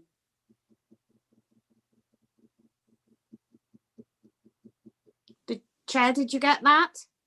Yes, you're on my list to speak. I know I had you earlier, so you go ahead. Go on. Oh, right. Okay. Well, I want to address the amount of money in the budget for climate emergency and renewable energy specifically. We know that we need renewables, and I'm very supportive of renewable energy, but I want to remind the administration of the impacts of some of the proposed renewables. Firstly, with regard to locations, these should be placed across the authority and not concentrated in just a few locations. Secondly, please think carefully about wind turbines, especially in ecologically sensitive areas. There is evidence that suggests wind turbines are harmful both to birds and bats, and therefore is contrary to our ecological emergency. I would also ask you to look into solar panels to ensure that their end of life, the components can be recycled. I would also urge the administration not to have enormous solar farms concentrated outside Bath, but to spread smaller farms over the district and have PVs on roofs. We want to preserve as much agricultural land to ease pressure on food, flying thousands of miles, and we want to ensure that we can buy plenty of local produce. We also want to increase our food security. I'd therefore urge you to ensure that this budget isn't siphoned into damaging renewables, but is spent wisely and across the district as a whole. I also want to address concerns of residents with regard to a cut in inspections in gullies and drains. And rural areas, especially in the Chew Valley, are very, very susceptible to flooding. Residents aren't experts. How would they know that the drains are backed up? They'll only know when they are flooded. And will more flooding impact on budgets when residents sue because those drains haven't been cleared? And I'd just like to address the Ward Councillors Empowerment Fund.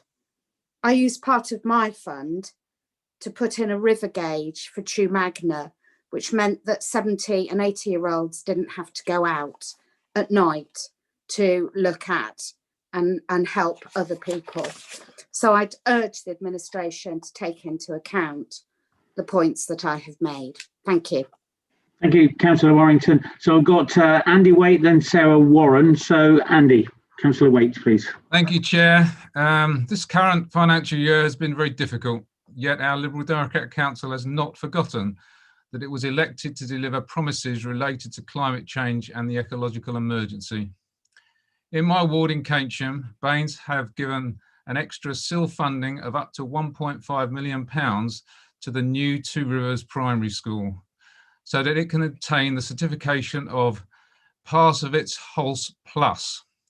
This means the building has to be extremely energy efficient. It must produce as much energy as its occupants consume. The power generated must come from renewable sources and provide enough energy to operate the building throughout the whole year. Baines funding has made this possible by the most up-to-date and green technologies.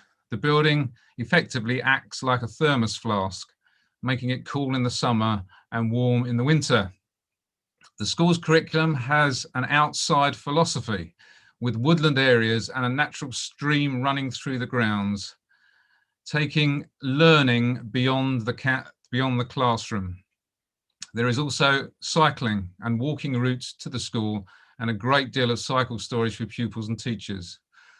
The new building will be completed by the end of this year. I commend this council for investing in young people in the most difficult of times, ensuring that our future generations will know exactly what it is like to live in a carbon neutral environment. Through its green credentials, this council is building all its new schools in Baines to this high specification. I support this budget. Thank you very much, Councillor Waite. So before I go to Councillor Warren, I just want to read the list of speakers I have got. Okay, so I've got Warren, Blackburn, Wright, Hughes, Butters, YK, Jess David, Appleyard, Pritchard, Hurst, Evans, Johnson, Crossley, Wood, Watt and Bourne. So can we move to Councillor Sarah Warren, please? Colleagues, the seriousness and urgency of the environmental crisis cannot be underestimated and must not be forgotten, despite the impact on COVID on both society and council budgets over the last 12 months. Sir James Bevan, Chief Executive of the Environment Agency, has today told the Association of British Insurers that climate emergency is hitting the worst case scenario and envisages collapse of ecosystems with dire consequences for humanity. Far from vanity projects, the environmental crisis is existential. Councillor Warrington has noticed the increased flood risk in Chew Valley, yet complains of wind turbines potentially ruining the view. Tonight's budget demonstrates this council's commitment to action to counter the climate and ecological emergencies by embedding solutions into council day-to-day business. Amongst other developments, I'd like to emphasise funds allocated to support work towards several renewable energy schemes, including energy capture at the Roman Baths, along with retrofit of the council's own plant and equipment. We're funding the highest standards of energy efficiency at the new Two Rivers Primary School development, and we're addressing transport emissions as well as public health by funding livable neighbourhoods and improved facilities for cycling and walking. We're also providing for a residence parking permit scheme based on vehicle emissions to encourage those who live in the city to use less polluting vehicles. And the Summer Valley Investment Plan, providing local jobs with the effect of reducing the need for car ownership and commuting. In summary, despite incredibly difficult financial times, with this budget, Councillor Samuel has once again put his money where his mouth is. We are showing we mean business by mainstreaming action on the environment into business as usual. Whilst, like everyone else here tonight, I regret the need to raise council tax, I fully support Councillor Samuel's recommendation to approve this budget. Thank you, Councillor Warren. I've got Councillor Blackburn, then Joanna Wright. So, Colin, over to you, please. Thank you, Chair. A couple of observations, if I may. I would just like to have clarified where in our budget provision are we being made to cover the costs that will be awarded against us at planning appeals. After recent judgments and in anticipation of more coming over the next 12 months, I cannot see where we're actually making provision for that financial impact. Also, whilst we wait for the sight of the overdue report from Montague Evans into the property services part of the council, which is so important to us, and the potential advice that they may give us, I'm disappointed to read in the budget that ADL-ACL now seem to have been given control over disposals and developments of current assets before we have even considered the advice provided in the report. This seems a step out of touch with the whole purpose of getting professional advice and being transparent to our residents. I'm also concerned that we're not creating a suitable budget to facilities manage and protect our property assets. Our dilapidations policy on lease agreements has failed over recent years, and Councillor Samuel has uncovered that need and shown in 6.22 to bring elements of our estate up to a lettable standard. But 800,000 seems too little, too late, when we have properties unlettable and have lost potential tenants through lack of management and budget planning for the costs associated with maintaining a substantial Grade 1 and Grade 2 commercial estate. I fear this amount is just too little, and we will continue to miss revenue generating opportunities. Thank you, Chair. Thank you, Councillor Blackburn. Joanna Wright, then Sean Hughes. Joe. The core policies of this administration are to tackle the climate and ecological emergency and give people a bigger say. These policies are the bedrock on all our budget decisions in the transport brief for the coming year. Delivering this budget will put in place important and necessary infrastructure across Bath and North East Somerset that shows we are committed to preparing for a resilient future and shows we are focused on improving people's lives. 29% of all emissions come from the transport sector. The significant impact and increasing emissions that the transport sector has on our environment is now recognised at all levels of government. It is good to know that central government are now woke to the idea of decarbonisation. Grant Shapps has stated that 50% of all urban journeys must be walked or cycled by 2030. How we get to zero carbon requires politicians of all colours to take action. Doing nothing is no longer an option. Difficult decisions from all of us will now needed to be taken for future generations to live. The Council's aim is to create a connected region fit for the future, which will promote active, sustainable and responsible travel. Where there is a will, there is a way. This Liberal Democrat administration is committed to responsibly leading a green way forward.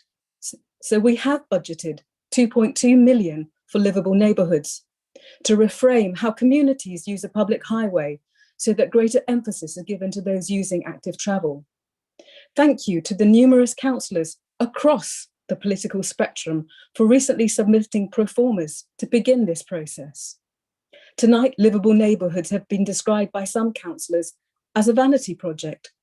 This is surprising when livable neighbourhoods have been shown to deliver on social justice and public health. Let's remind ourselves that 24% of households have no access to a car, that the impact on the public health from obesity is one of the biggest costs to the NHS. Please note that the child obesity levels in Councillor Myers' ward are the highest in this authority.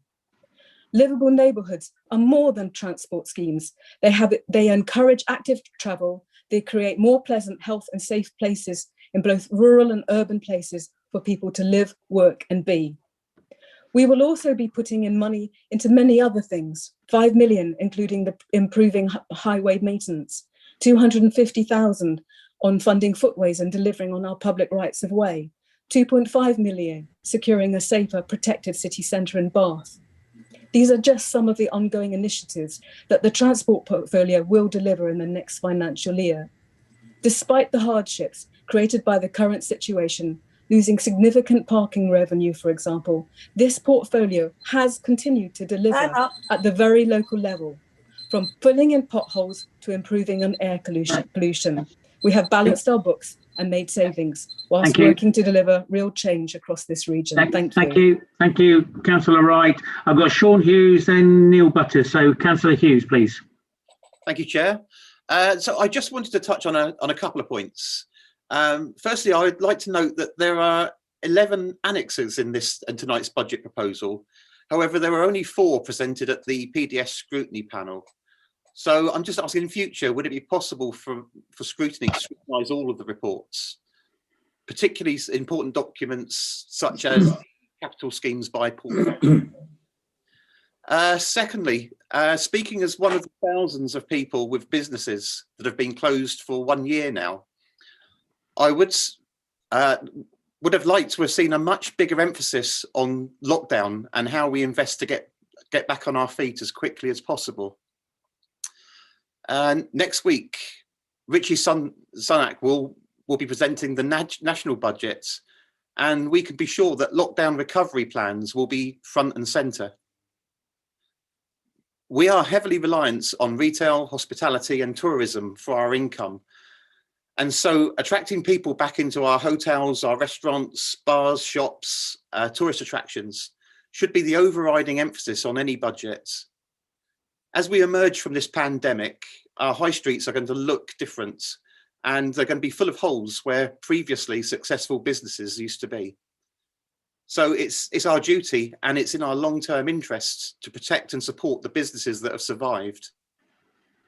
So for the short term, we should remove any and all barriers that may impact on visitors returning.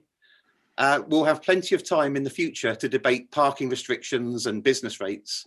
But for now, it's time to invest in our town and city centres. Thank you, Chair. Thank you, Councillor Hughes.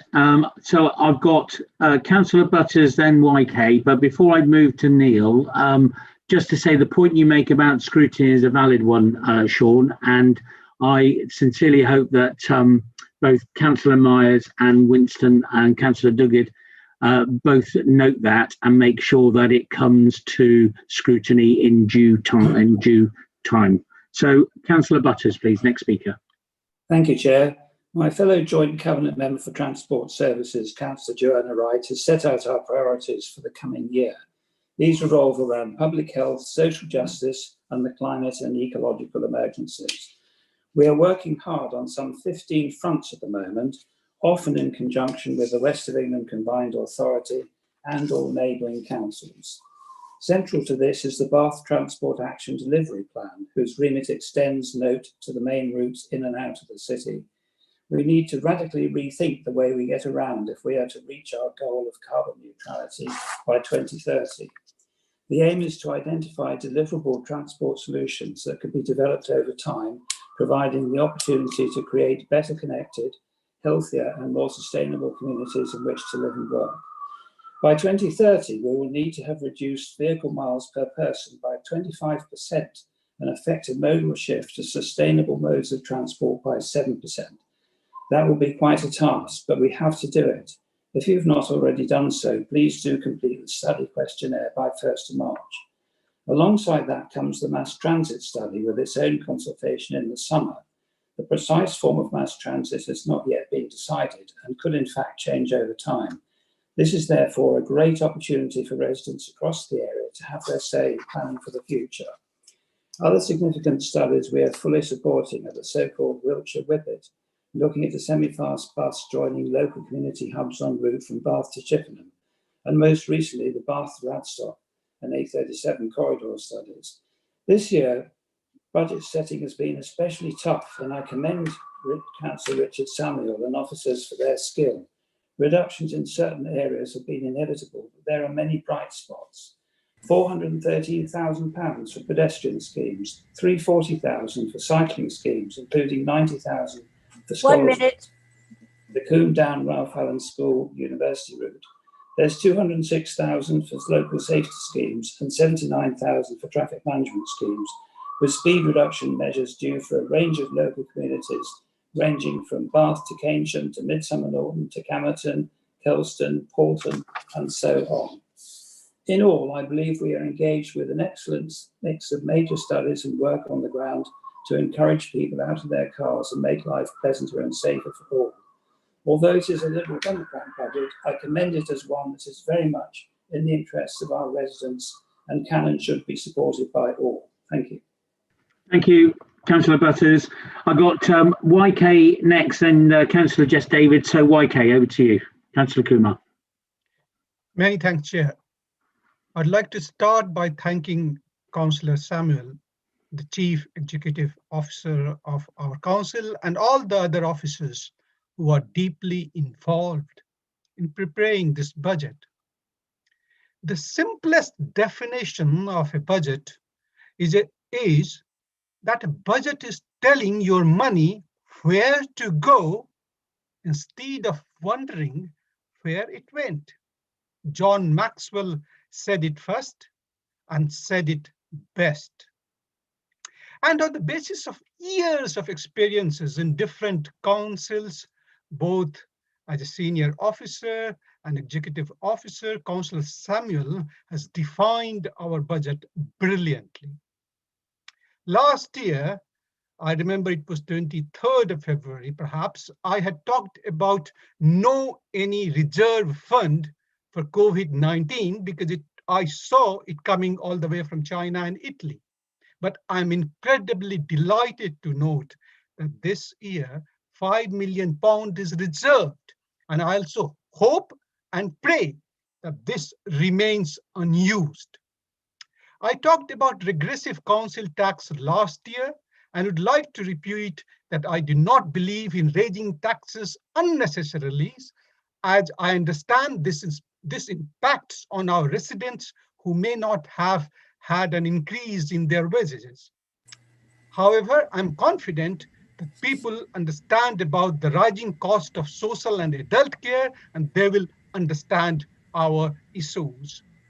I'm also happy to note that funds have been reserved for those who will find it difficult in paying the council tax. I'm delighted that £1,000 will be also provided to all the 59 councils. 1 minute left. And I cannot thank enough for this provision. From this WEF, I was able to put up benches along the canal and Bathwick Hill where people could just sit down, rest, enjoy the panoramic view of our beautiful city. And I hope I will use the fund for further improvement in my ward at least.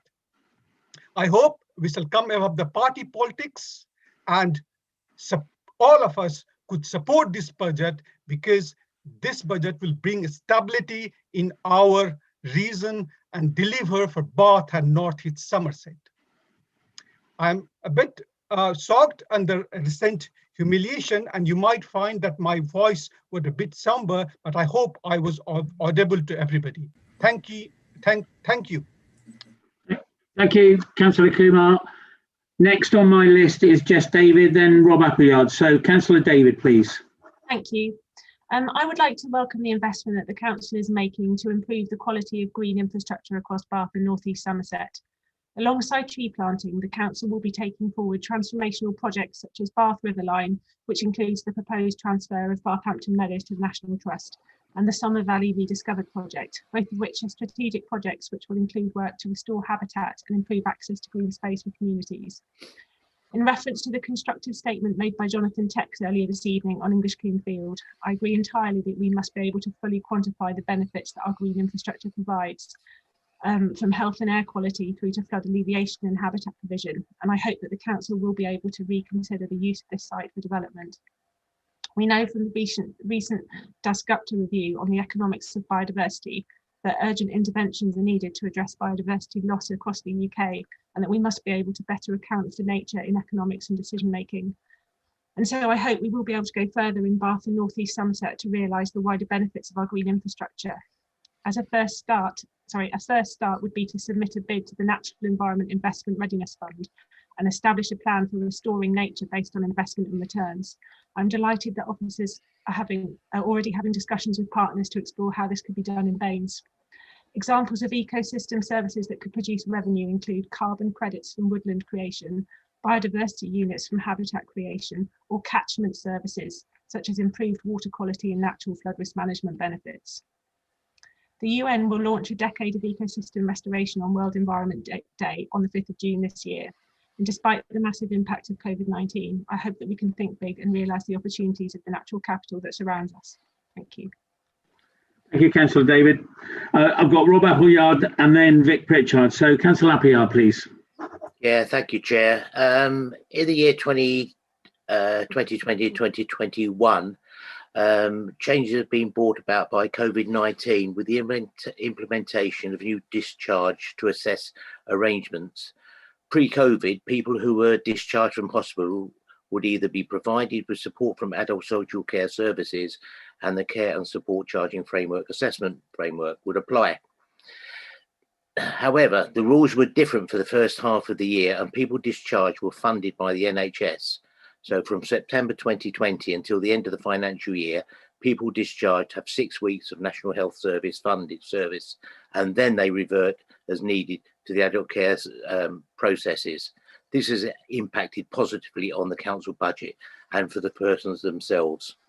During the year, we have been ensuring that people's packages of care and placements in care homes have firstly been in line with their Care Act eligible needs, and secondly, where those needs are above and beyond the Care Act, we have been focusing on ensuring that the right funding is sourced.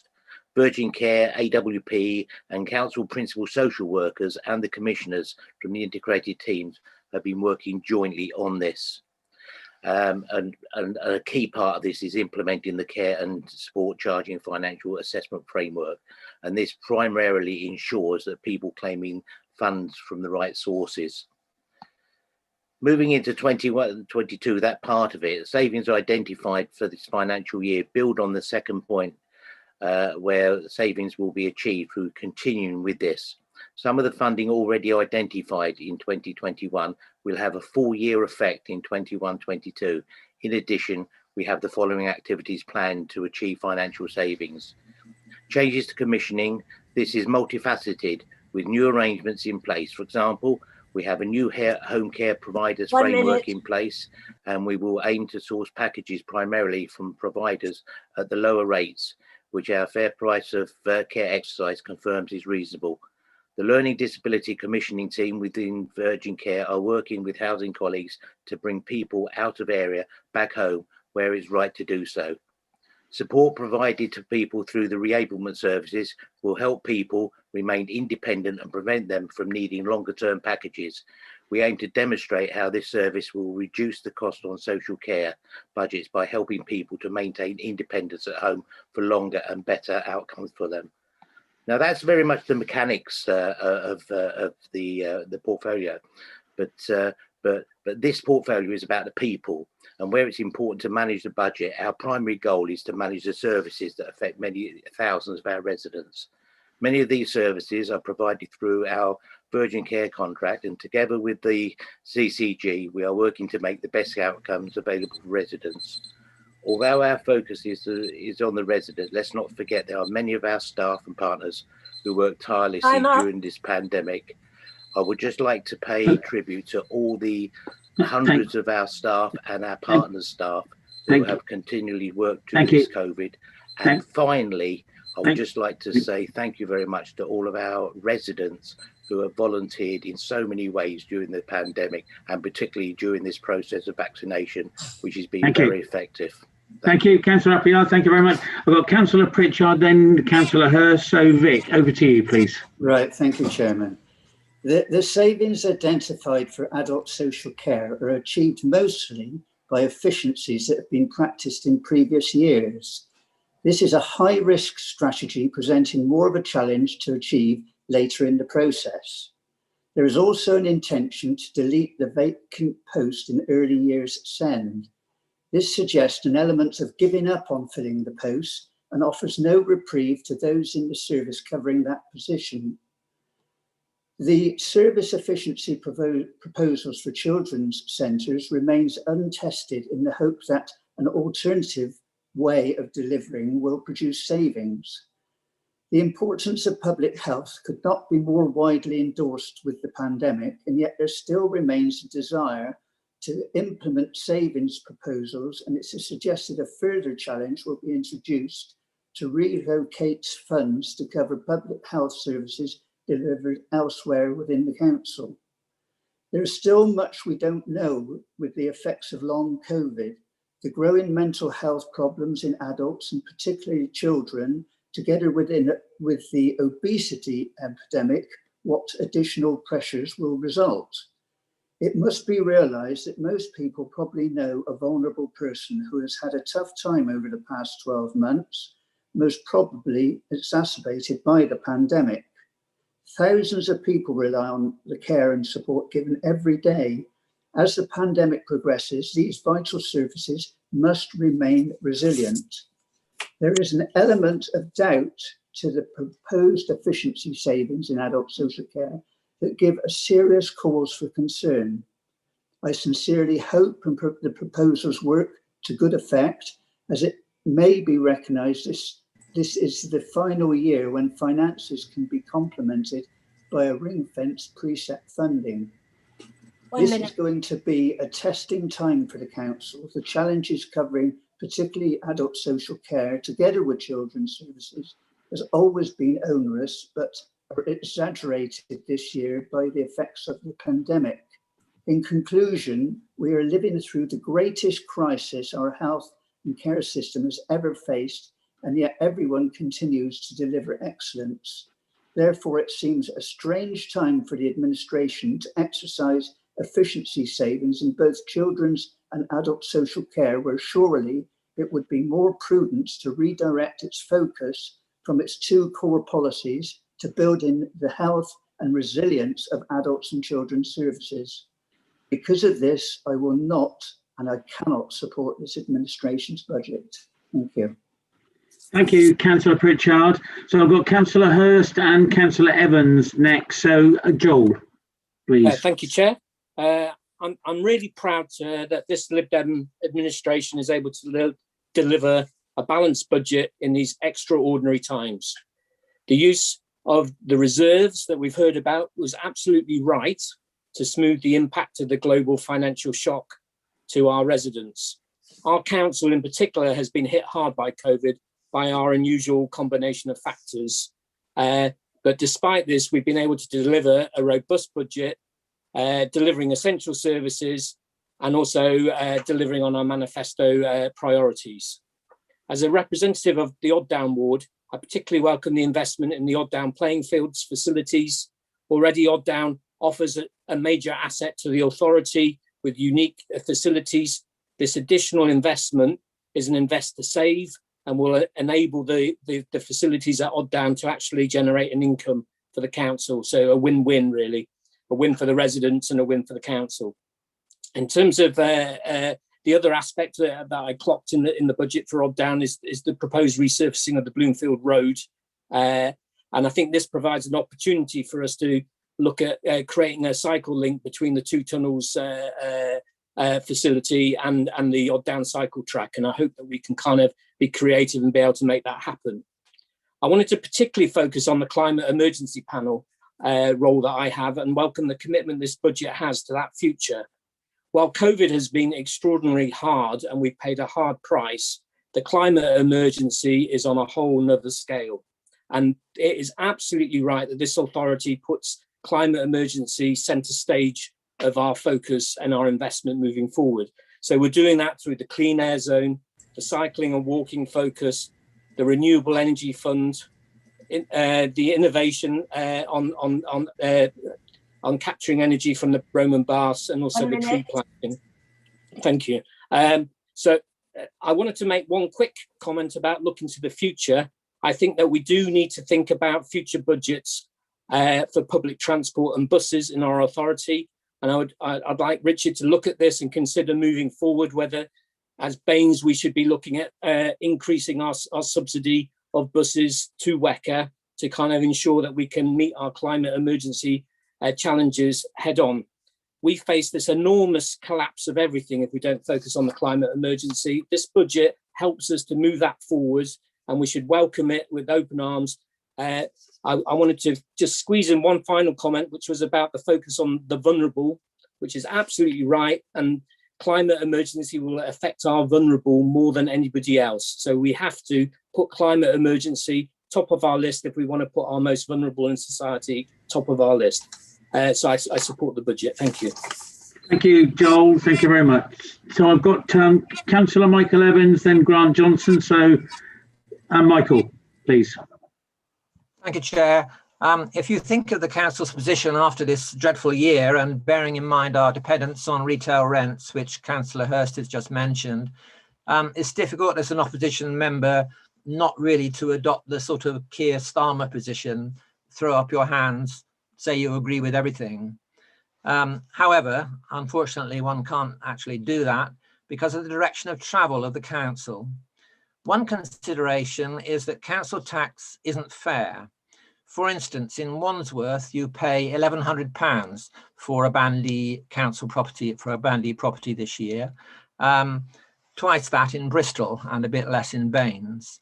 So there must be decisions open to councils which could reduce the burden of this unfair tax. However, this council is only proposing a year-on-year increase, above inflation increase for the foreseeable future in this burden. Being radical, I will be in favour of looking at an amalgamation with a nearby council like Mendip for huge gains to improve people's lives and lessen the burden of this tax. In these particular circumstances, the council should concentrate on economic recovery and not more remote environmental goals. Nothing wrong with doing our bit about climate change, but the UK's whole economy produces less than 1% of global warming gases. Pollution is a different matter. I'm perfectly prepared to spend money limiting that. But for global warming gases, CO2, we shouldn't be worrying about the councils or even the whole of Baines's contribution to climate change as we reel from the pandemic. It's not sensible prioritising. We should provide a framework to enable more enterprise and more employment. To be fair, there are some moves in this direction, such as the Somer Valley Enterprise Zone, and I'm very pleased that is apparently going ahead, although at an incredibly slow pace. However, the council's determination to cancel cars works in the opposite direction. It makes access to work and to retail shops more difficult. It makes life more difficult for the vulnerable and the old, reducing employment opportunities, and it reduces it especially for the young, who often find employment in the hospitality industry. I'm astonished at the determination of the council to move away from what it regards as its reliance on tourism and hospitality and the unique selling proposition which Bath is so lucky to have. Another example of mistaken direction is this charge for rubble and plasterboard. It hits the people who do stuff, who are enterprising, DIYers who spend money and put their energy into making a more pleasant environment for themselves and others. And it comes on top of the disgraceful opening of these centres after the first lockdown. So that's something which I deeply regret. The need to balance the council's budget should not be at the expense of the cultural and economic life of the district. The council should serve the needs of businesses which underwrite its very existence, not put obstacles in their way. So I fear I can't actually vote for the recommendations of this report. Thank you very much, Councillor Evans. Noted. Thank you. So I've got Councillor Grant Johnson, then Paul Crossley. So Grant. Thank you, Chair. What a delight it has been this evening to hear so many Lib Dems talk about how great their budget is. I'm afraid I don't share the same opinion.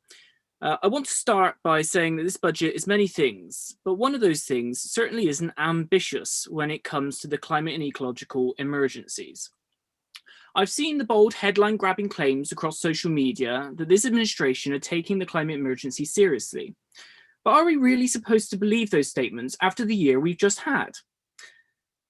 Time and time again, the Lib Dems have gone against their promises and have led us down a path where we are actually causing more damage to the environment than we are saving it. So why should residents have any faith in these thin commitments to the emergency we are facing? However, the mismanagement goes even further, with pie-in-the-sky savings in areas like plant maintenance that we, again, can't really have any faith in at all.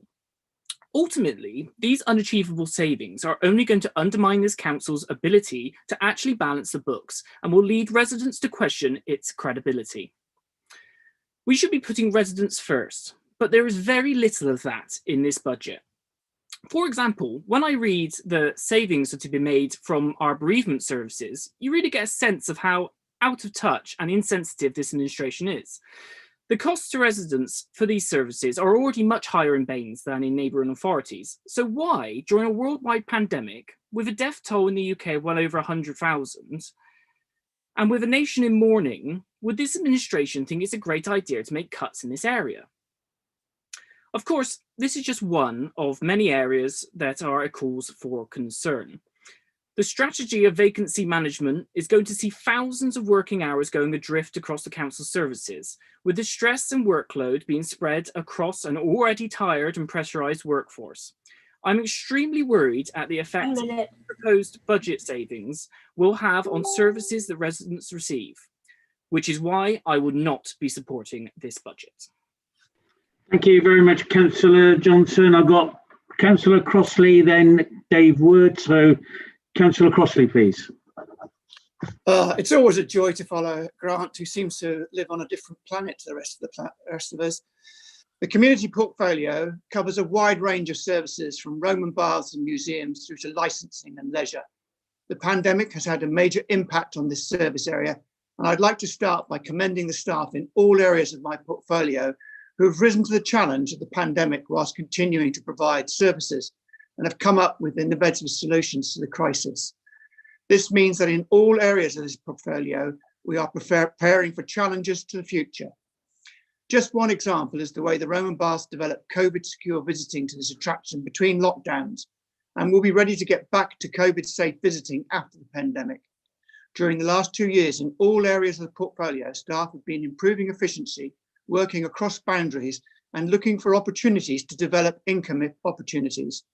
Just one example of this is the improvement at Haycombe and the way we look after grieving families and recognise different families' wish to remember loved ones in different ways. Our service is at the leading edge in the Southwest of offering a wide range of memorial gifts and services and burial options. And unlike a previous speaker, I can assure you that everyone in the crematorium and bereavement services is very pleased with the way things are going. Another improvement has been in ensuring that as we refurbish leisure, we ensure that going forward, the income potential is achieved, which will mean that the facility is maintained in good condition. One example of that is our tennis offer. We're working with the LTA and other public bodies and parish councils and partners, and by appointing a specialist operator for Keynsham and Bath, we have managed to refurbish tennis courts across the area, and by using modern technology, will ensure that the court hire fees are collected and used to maintain them in good condition, so that they no longer become a call on the council budget for repeat investment. We have been successful in promoting Bath in our surrounding villages, film and TV location, and this brings in fees for the council, but also fills our hotel rooms and hospitality venues. We've also had external change imposed on us by Natural England and Gold Control, but we're working with Worcester and Natural England on a new organisational licence to ensure that going forward, Bath will be one of 2 cities in the country that isn't swamped by gulls. And today we received the government from 360,000k for leisure services, well short of the 500k we've already used, but supporting leisure centres, but we've been helped by national government, and it's simply failing to deliver on its promises to local government at the start of this pandemic. Therefore, in this budget, I'm proposing total savings of 258k across the portfolio area, achieved by restructuring, some fee increases, improving the way we deliver the facilities, and by using a wider range of partnership and seeking more innovation to increase income. Thank you very much, Councillor. Sorry, bang on time. Well done. I've got Councillor Wood, then Councillor Watt. So Dave, you're next. And Dave, can you speak closer to your, wherever Dave is, can you speak closer to your microphone, please? You broke up last time quite a lot. Yeah, I'll get close, so my head will be nice and big. That'll be lovely for everyone. So just a brief intervention from me. It has been a tough year for council finances. There's no way around that. But it is fantastic to see a budget that both protects frontline services and continues to fund our manifesto commitments. For my portfolio, I'd particularly like to draw attention to an extra £100,000 in the coming year for tackling litter across Bath and North East Somerset, and £150,000 to support our ambitious 100,000 tree planting target. It's not been mentioned at this meeting, but has prior to this meeting. I just wanted to put on the record again, I think for the 4th time, that actually direct council tree planting of us paying people and paying for trees is only a very, very small part of the 100,000 tree programme. The bulk of it comes from grant funding, from partners, from voluntary groups, as I've explained at various meetings, including full council in the past. In terms of the overall target, we've planted 6,000 trees this year so far, and it's only February. So I'm happy with how things are going and very happy the council is continuing to support this ambition. Thank you, Councillor Wood. I've got Chris Watt and Alison Bourne. So Councillor Watt, please. Thank you. Last year, I raised in this meeting what was then the obvious implications of the COVID-19 pandemic and the need to plan for it properly. That opportunity was missed. We were told then that it wasn't possible to plan for it. Indeed, we were told by Lib Dem councillors that the pandemic wouldn't be as bad as we thought. How wrong you were. This budget is a chance to plan for a post-COVID recovery. It is time to plan for that because we know that the vaccine programme is working. So does it? Sadly, it seems not to. Another missed opportunity.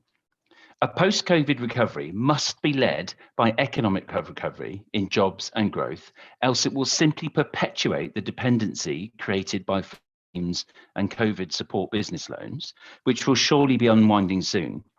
Yet this budget barely mentions our real economy. It uses the word frequently, but mostly in the context of council internal spending and budgetary recovery.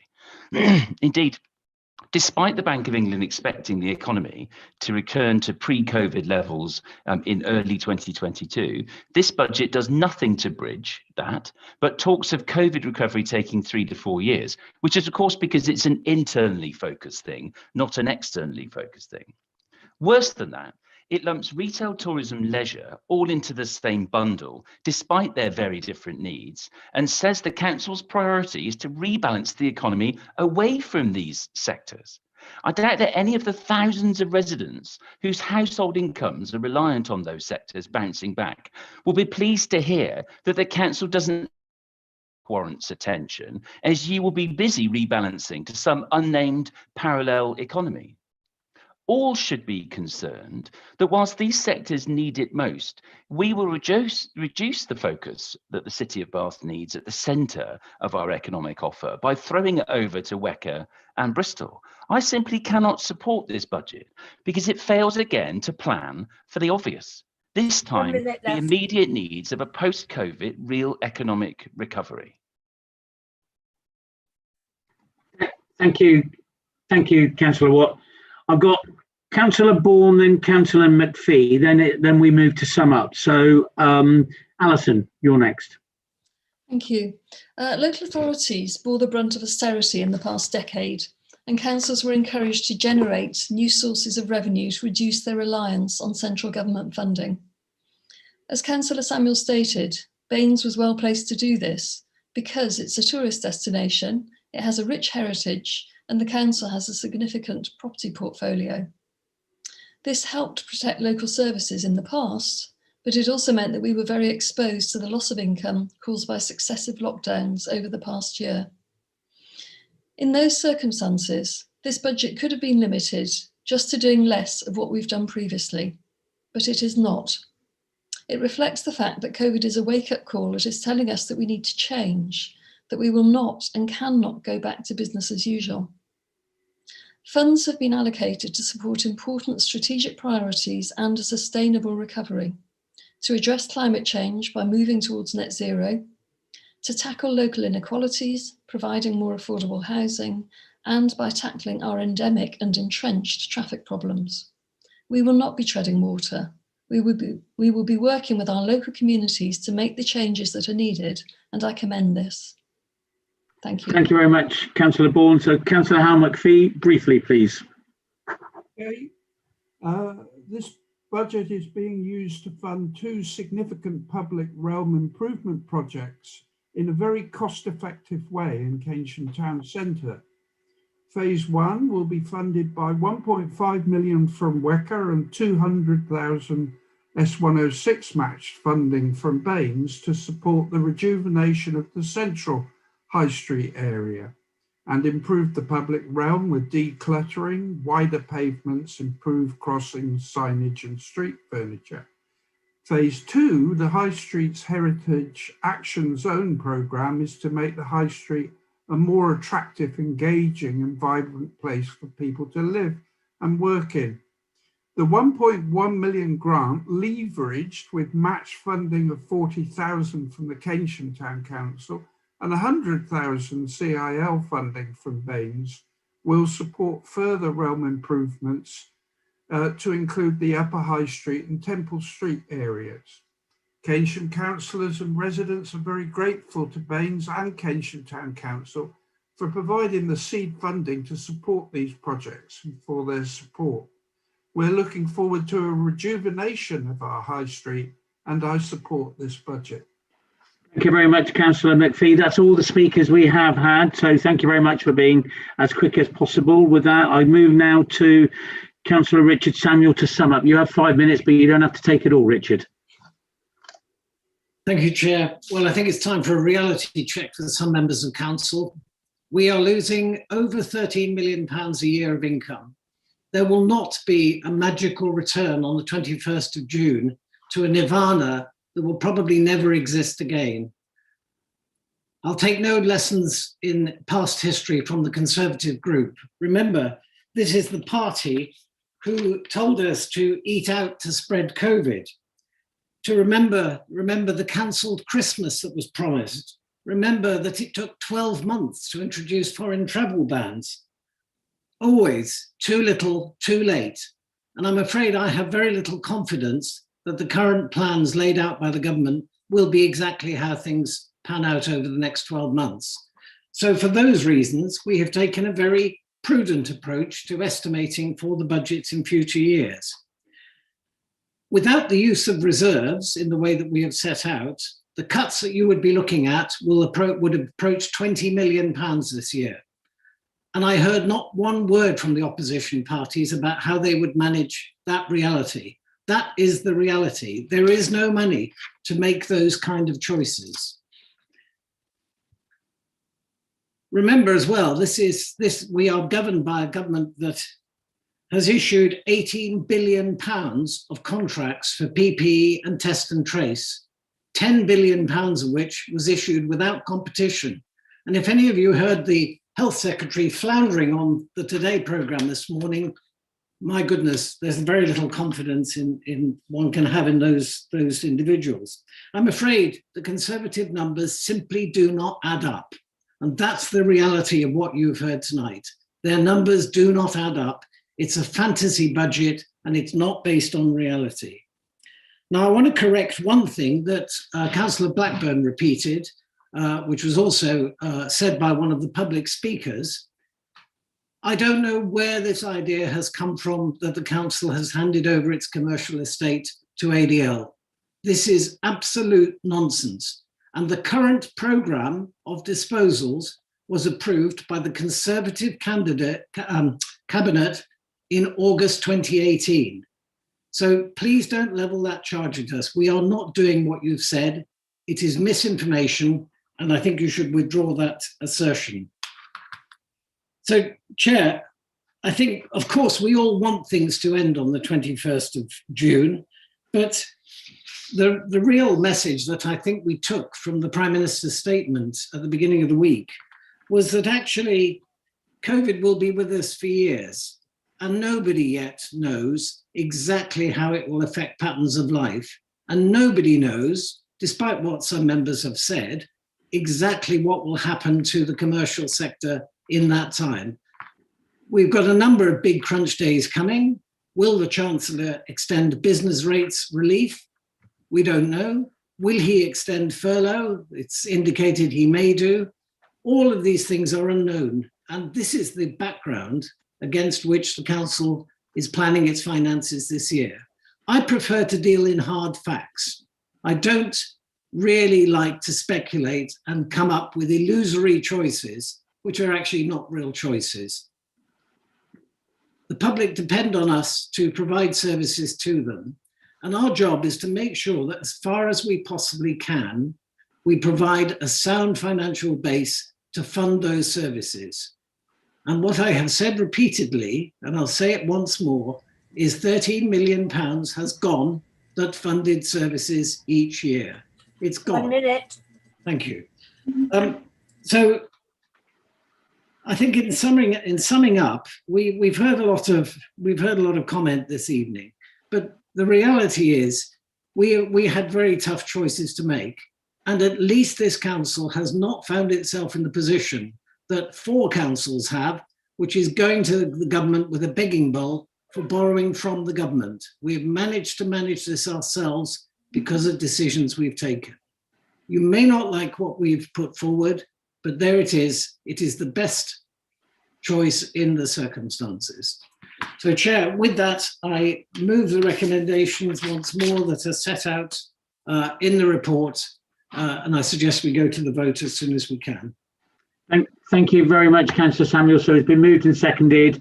Remember, the amendment fell, seems an age ago now, a couple of hours ago.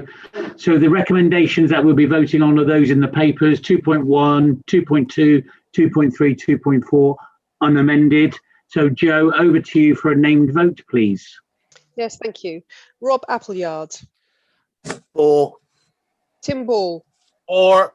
Sarah Bevan. Against. Colin Blackburn. Against. Alison Bourne. For. Shelley Bromley. For. Neil Butters. For. Vic Clark. Against. Sue Craig. For. Paul Crossley, 4. Jerry Curran, 4. Chris Dando, Abstain. Jess David, 4. Tom Davis, 4. Sally Davis, Against. Doug Deacon, Against. Winston Duguid, 4. Mark Elliott, 4. Michael Evans, Against. Angie Furs, 4. Kevin Guy, 4. Alan Hale, Against. Liz Hardman, Abstain. Steve Hedges, 4.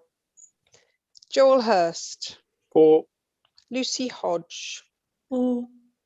Duncan Hounsell, 4. Sean Hughes, Against. Eleanor Jackson, Abstain. Grant Johnson, Abstain. Dr. Kumar, 4, please. Hal McPhee, 4. Ruth Malloy, 4. Paul May, Against. Matt McCabe, 4. Sarah Moore, 4. Robin Moss, Abstain. Paul Myers, Against. Lisa O'Brien, Against. Michelle O'Doherty, 4. Barrett Pankania,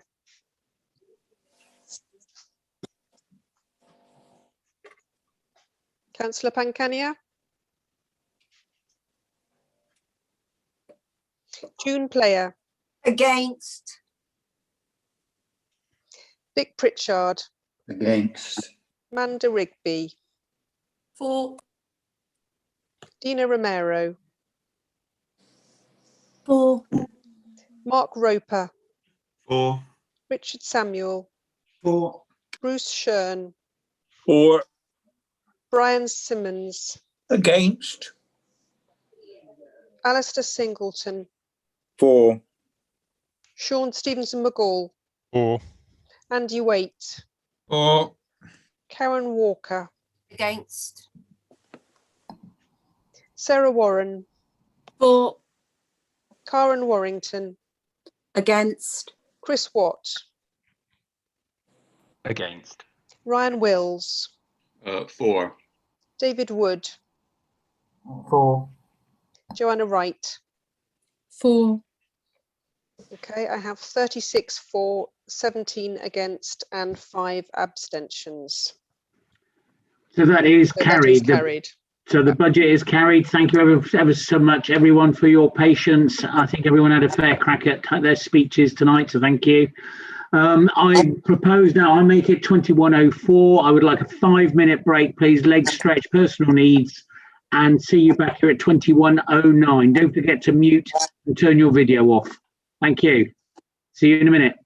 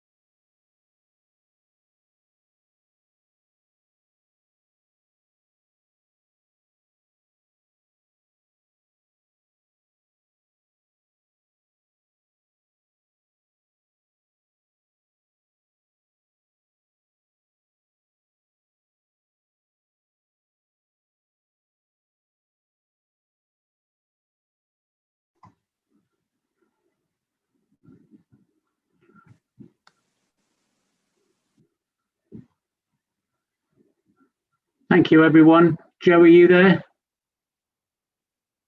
Yeah, I'm here. Yes, thanks, Chair. you're here. I'm sure people are making their way back, but making this break as short as possible means that we don't prolong the meeting at the other end. So the next item on the agenda is item 9. I believe Councillor Samuel is going to move that. Richard. Thank you, Chairman. I'll be brief with this. These are the ADL and ACL accounts for the 2019-20 financial year. So if members are tempted to talk about things that they think are happening now with either of those two council companies, I hope you will limit them to discussion on these accounts. These accounts are slightly delayed coming to council, and that's partly to do with capacity issues with Grant Thornton, our auditors, and that has now been dealt with. All of the necessary sign-offs have been provided to these accounts. They were reviewed by the audit committee at their meeting on the 4th of February, and I think the committee noted that there were unqualified audit opinions on both ADL and ACL accounts. So as these accounts have been subject for audit, I don't intend to pass any comment on the content. So I therefore move the two recommendations to note the report. Thank you very much, Councillor Samuel. I believe Councillor Mark Elliott to second. Is Mark there? Yep, thank you, Chair. The ADL ACL accounts have been subject to independent audit by the appointed auditors, Monaghan's, who issued an unqualified audit opinion in November. And our own council auditors, Grant Thornton, have assessed the appropriateness of the accounting treatment adopted by the group in accordance with the NAO Code of Practice, International Financial Reporting Standards and other relevant accounting guidance. I'm therefore very happy to second the proposal that council note the accounts for ADL and ACL for the year ending April 2020. I would, however, like to draw members' attention to the fact that as chair of the audit committee, I've written to the Section 151 officer, Andy Rothery, to express concern about the lack of clarity in the role of the committee in the governance of council-owned companies. In my role as chair of the committee and as a member of the corporate PDS panel, I have heard elected members raise numerous queries over the past few months about the role of both bodies in the scrutiny and oversight of the council-owned businesses. I think it's fair to say that we would like to be able to do more than simply note that the accounts exist and have been correctly audited. Personally, I completely support the idea of having arm's length companies owned by the council for undertaking this kind of activity. It makes sense to me for the council to have an arrangement that allows those companies to have a more focused and commercial approach.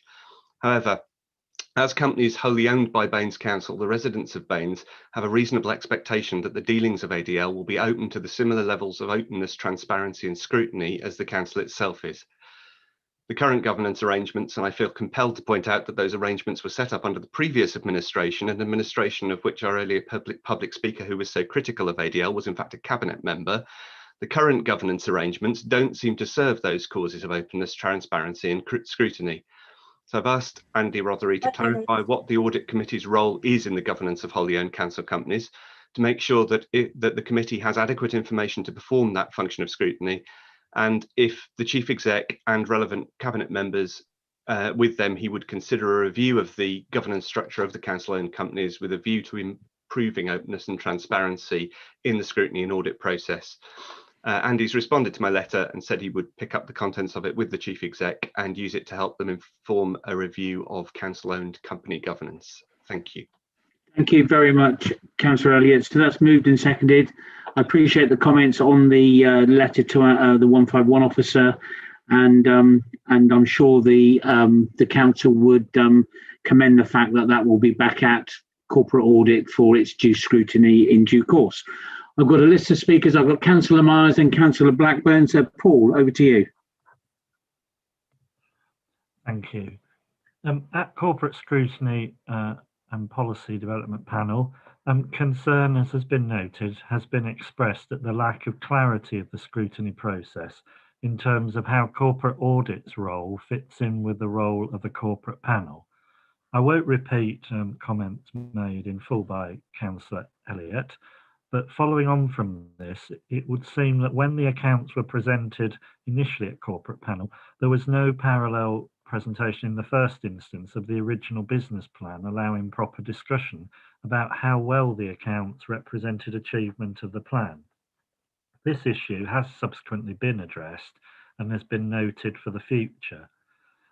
Following on from this first discussion of the governance arrangement, a panel briefing was received on the governance arrangements for council companies. As a result, questions were raised, as has been noted, about possible over-complex and confusing governance structure, which looks set to be scrutinised going forward by the corporate panel. And if I am correct in my recollection, discussion at that meeting was referred and discussed with the cabinet member about the role that the corporate panel could play positively in not only scrutinising but in policy development. So in the meantime, I'm happy to support noting of these accounts, but as with Councillor Elliott, look forward to an opportunity for cross-party working in cooperation to improve clarity, which I have to say, although reference was made to the previous administration implementing this governance structure, having sat through and observed a lot of it, I think, not being unfair, but the complexity of the law and protection and due process is probably what's made it more complexity than any actual decision of council. 1 minute. So I think that as much as anything, we need to make sure that the governance is understandable by the people in the process as much as it is understandable by eminent solicitors with years of training and experience. Thank you. Thank you very much, Councillor Myers. I've got Councillor Blackburn next, please.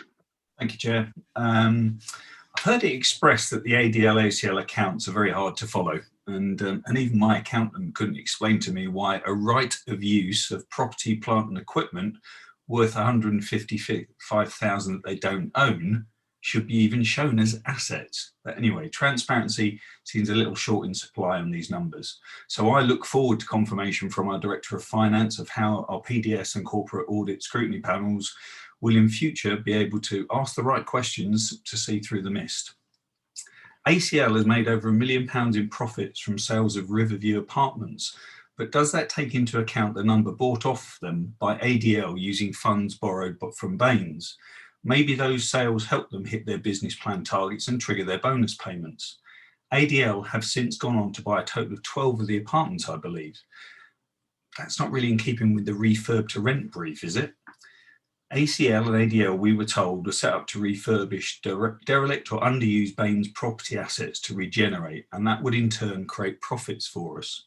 I didn't realise that the plan to be successful was based on being a moneylender to our own property company, giving them a market advantage of access to cheap funds, and we keep on increasing those returns by lending them more and more.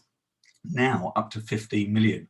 I didn't see that coming, that we're a step closer to being Wonga.com.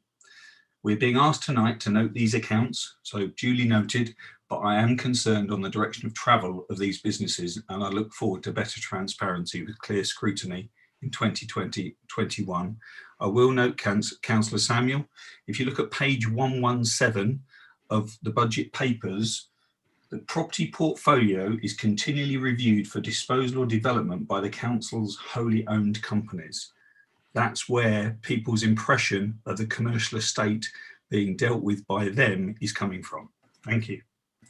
Thank you very much, Councillor Blackburn. Before I go to Richard Samuel for summing up, I'd just like to ask Councillor Elliott whether the letter and the response from the 151 officer could be made available somehow to all members at some point. Yep, certainly happy to circulate that. Thank you very much, Councillor Elliott. I couldn't get my camera working earlier. Yeah, the looks for radio, as they say. Councillor Samuel, please sum up. Thank you, Chair. Well, I have been in the dialogue with the Chief Executive and the Director of Finance on the issue of a form of governance review so that we can see if we can find out ways in which we can increase transparency and accountability. And I'm completely committed to that. And I welcome the things that have been said tonight cross-party for a look at that process. And Councillor Myers and I have been in dialogue with this as well, and I'm totally committed to the involvement of his panel, but also opposition parties in what comes out of this discussion. So I would like to put that on the record. I do welcome the constructive approach to this. It is very important for public perception, if nothing else, that the council looks transparent in its dealings and people can challenge what is done in its name. So thank you, members, for those comments, and I will take them, and I hope we'll see that recorded in the minutes. And I am happy to be held to account on that. Thank you very much, Councillor Samuel. So we'll move to the vote. Now, this will be the normal way we do the vote. So there's a presumption that the majority vote will be in favour of the recommendations in item 9 as written in the papers. So I'll ask any of those who wish to vote against to make that known in the chat, please.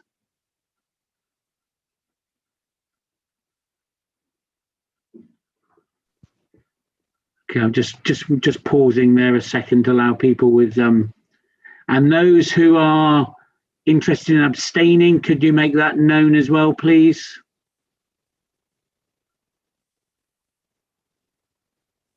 Okay, I've got nothing coming through, Joe. No. So that's unanimous. I'm working on, I'm pausing to allow people to chance to change their mind, but I'm working on the assumption that that is now unanimous. There's nothing against and no abstentions. Unanimous in favour. Thank you very much. Great. I shall move on. That is the result of that vote. Item 10, Treasury Management. As if we haven't had enough of Councillor Samuel, you're on the stage again.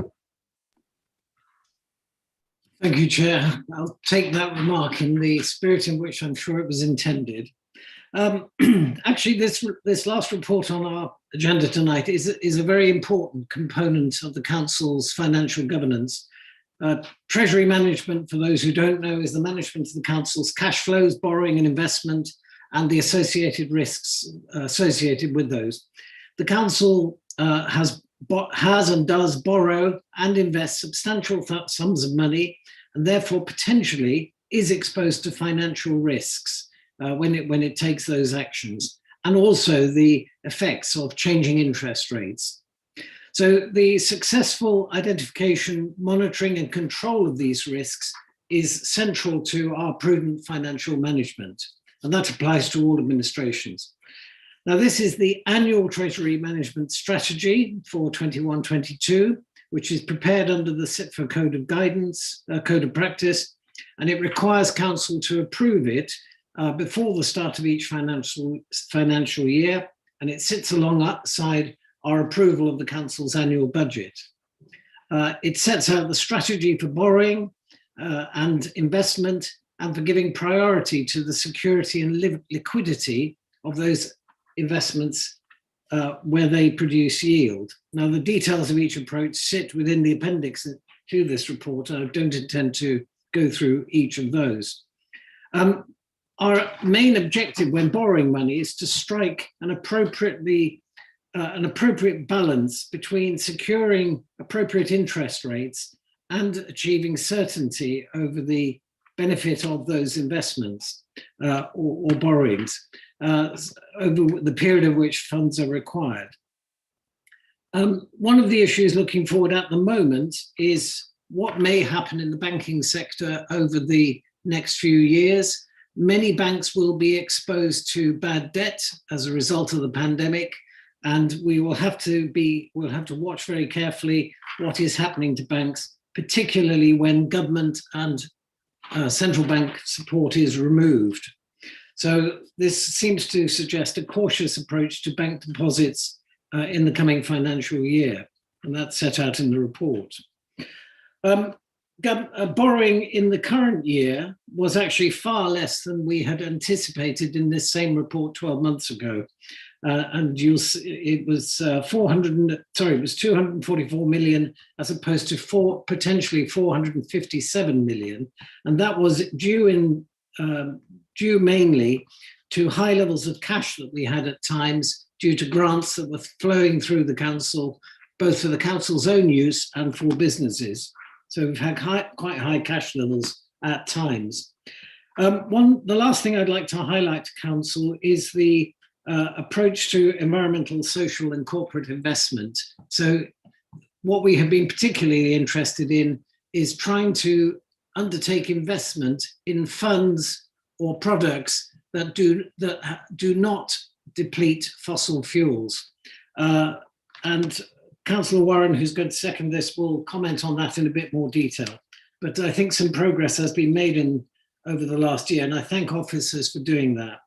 So, Chair, with that, I just finally finish by saying this was looked at by Corporate Audit Committee earlier this month, and it has been approved by the Cabinet at its last meeting on the 11th of February. So with that, I move the recommendations in the report at paragraph 2.1. Thank you. Thank you very much, Richard. Councillor Warren to second, please. Thank you. Like all major investors, Bath and North East Somerset Council has to make delicate and sometimes difficult decisions about where to invest our available funds. There's been much press and media comment recently on the topical debate about whether it's better to divest from sectors or companies which do not fit with the values of the investor, or whether it can be more effective to remain invested and use the power of being a shareholder to engage and influence the conduct and forward strategy of companies in which you have invested. There are stringent rules governing how public funds may be invested, but we must strive always to conduct our investment activities and decisions in alignment with our values. The Council's Treasury management function manages the authority's cash flows, borrowing and investments and the associated risks. The Council holds invested funds worth tens of millions of pounds, representing income received in advance of expenditure, plus balances and reserves held. We work diligently to ensure that the Council holds no direct investments with a fossil fuel component. Our goal is to avoid such investments, and we need to remain vigilant not to hold positions in funds which may indirectly hold or support this activity. Not only is this one of the areas where we can have the most direct influence as councillors pushing for change, but we're also able to lead the way for other organisations and companies. Local government investment strategies are traditionally extremely cautious. If we can show that it is the high carbon investments that are the risky propositions going forward, we can blaze a trail for others to follow. I'm therefore delighted to second this proposal to adopt the new Treasury management strategy. It marks the introduction of environmental, social and corporate governance investment options for this council, bringing strategy in this area into line with our climate and ecological emergency declarations. Thank you very much, Councillor Warren. So I've got Councillor Duguid to speak. Winston, over to you, please. Yes, thank you, Chair. I'd like to support, because up until recently, investors who wish to invest their money in funds that follow an environmental and sustainable framework or an ethical framework would have been expected to sacrifice an element of portfolio growth and return. Well, that changed in 2018-19, and it changed big style in 2020. So I think I like and I support, but I think we also perhaps need to look at page 3.4 in table 3, and I'd ask the Director of Finance and the Cabinet Member for Resources to look at the counterparty limit and the sector limit. And obviously with the guidance of Arlene Close, our advisors, maybe we ought to look whether we can recalibrate more towards an ethical and environmental and social investment. Post-COVID and the mission of net zero by 2030 and being part of the green economic recovery fits in well with this. And it may be time later in this year, post-COVID, for this council and the progressive side of this council to look at the UN SDGs, the UN's Sustainable Development Goals, as a framework for everything we do, and particularly that which we invest in. Thank you. Thank you very much, Councillor Duguid. So I've got no more speakers. I'm going to go back to Councillor Samuel to sum up, please. Nothing to add, Chair. Just go straight to the vote. Thank you very much. So we'll do that. So we'll go straight to the vote. We are voting on, just to remember, on item 2.1, which actually is the approving of Appendix 1, which is a Treasury Management Strategy Statement 21-22. Okay, so Joe, over to you.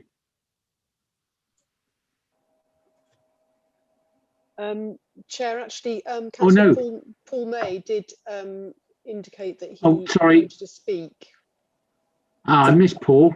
Yeah. Yeah, thank you, Chair. It was my fault. Sorry, Paul. Sorry, I know we've summed up. Sorry, No, Paul. I just every year when we deal with the Treasury report, it's important to note what the security status is for the council, and I think it's also important to say a big thank you to the council's officers for the work they do on this. We have a great team, and I think it's important that we do actually reflect that. So I just wanted to put that comment in, Chair. Thank you. Okay, thank you, Paul. Sorry, apologies. I mean, I did miss you off the list. Okay, so we'll move to the vote. So we'll, again, normal voting. We'll presume the majority vote is in favour. So any of those against or abstaining? I've had no speakers, so I'll take up against and abstaining all in one go, please.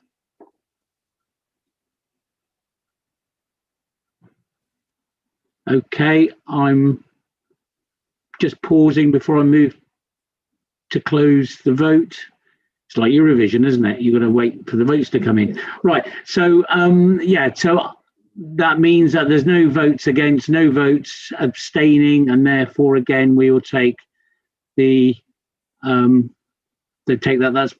unanimous. Thank you, Joe. Thank you. Okay, thank you everyone. So item 11 is the next item on the agenda, which is statements and questions. There are none, which means that the meeting, I can now close the meeting. I would like to just say thanks to everyone for no cats on screens or no falling out over standing orders. I'd like to thank Joe, Michael Hewitt and Mike Curtis for their work this evening, and thanks to you all for your patience and input. Meeting closed. Thank you very much.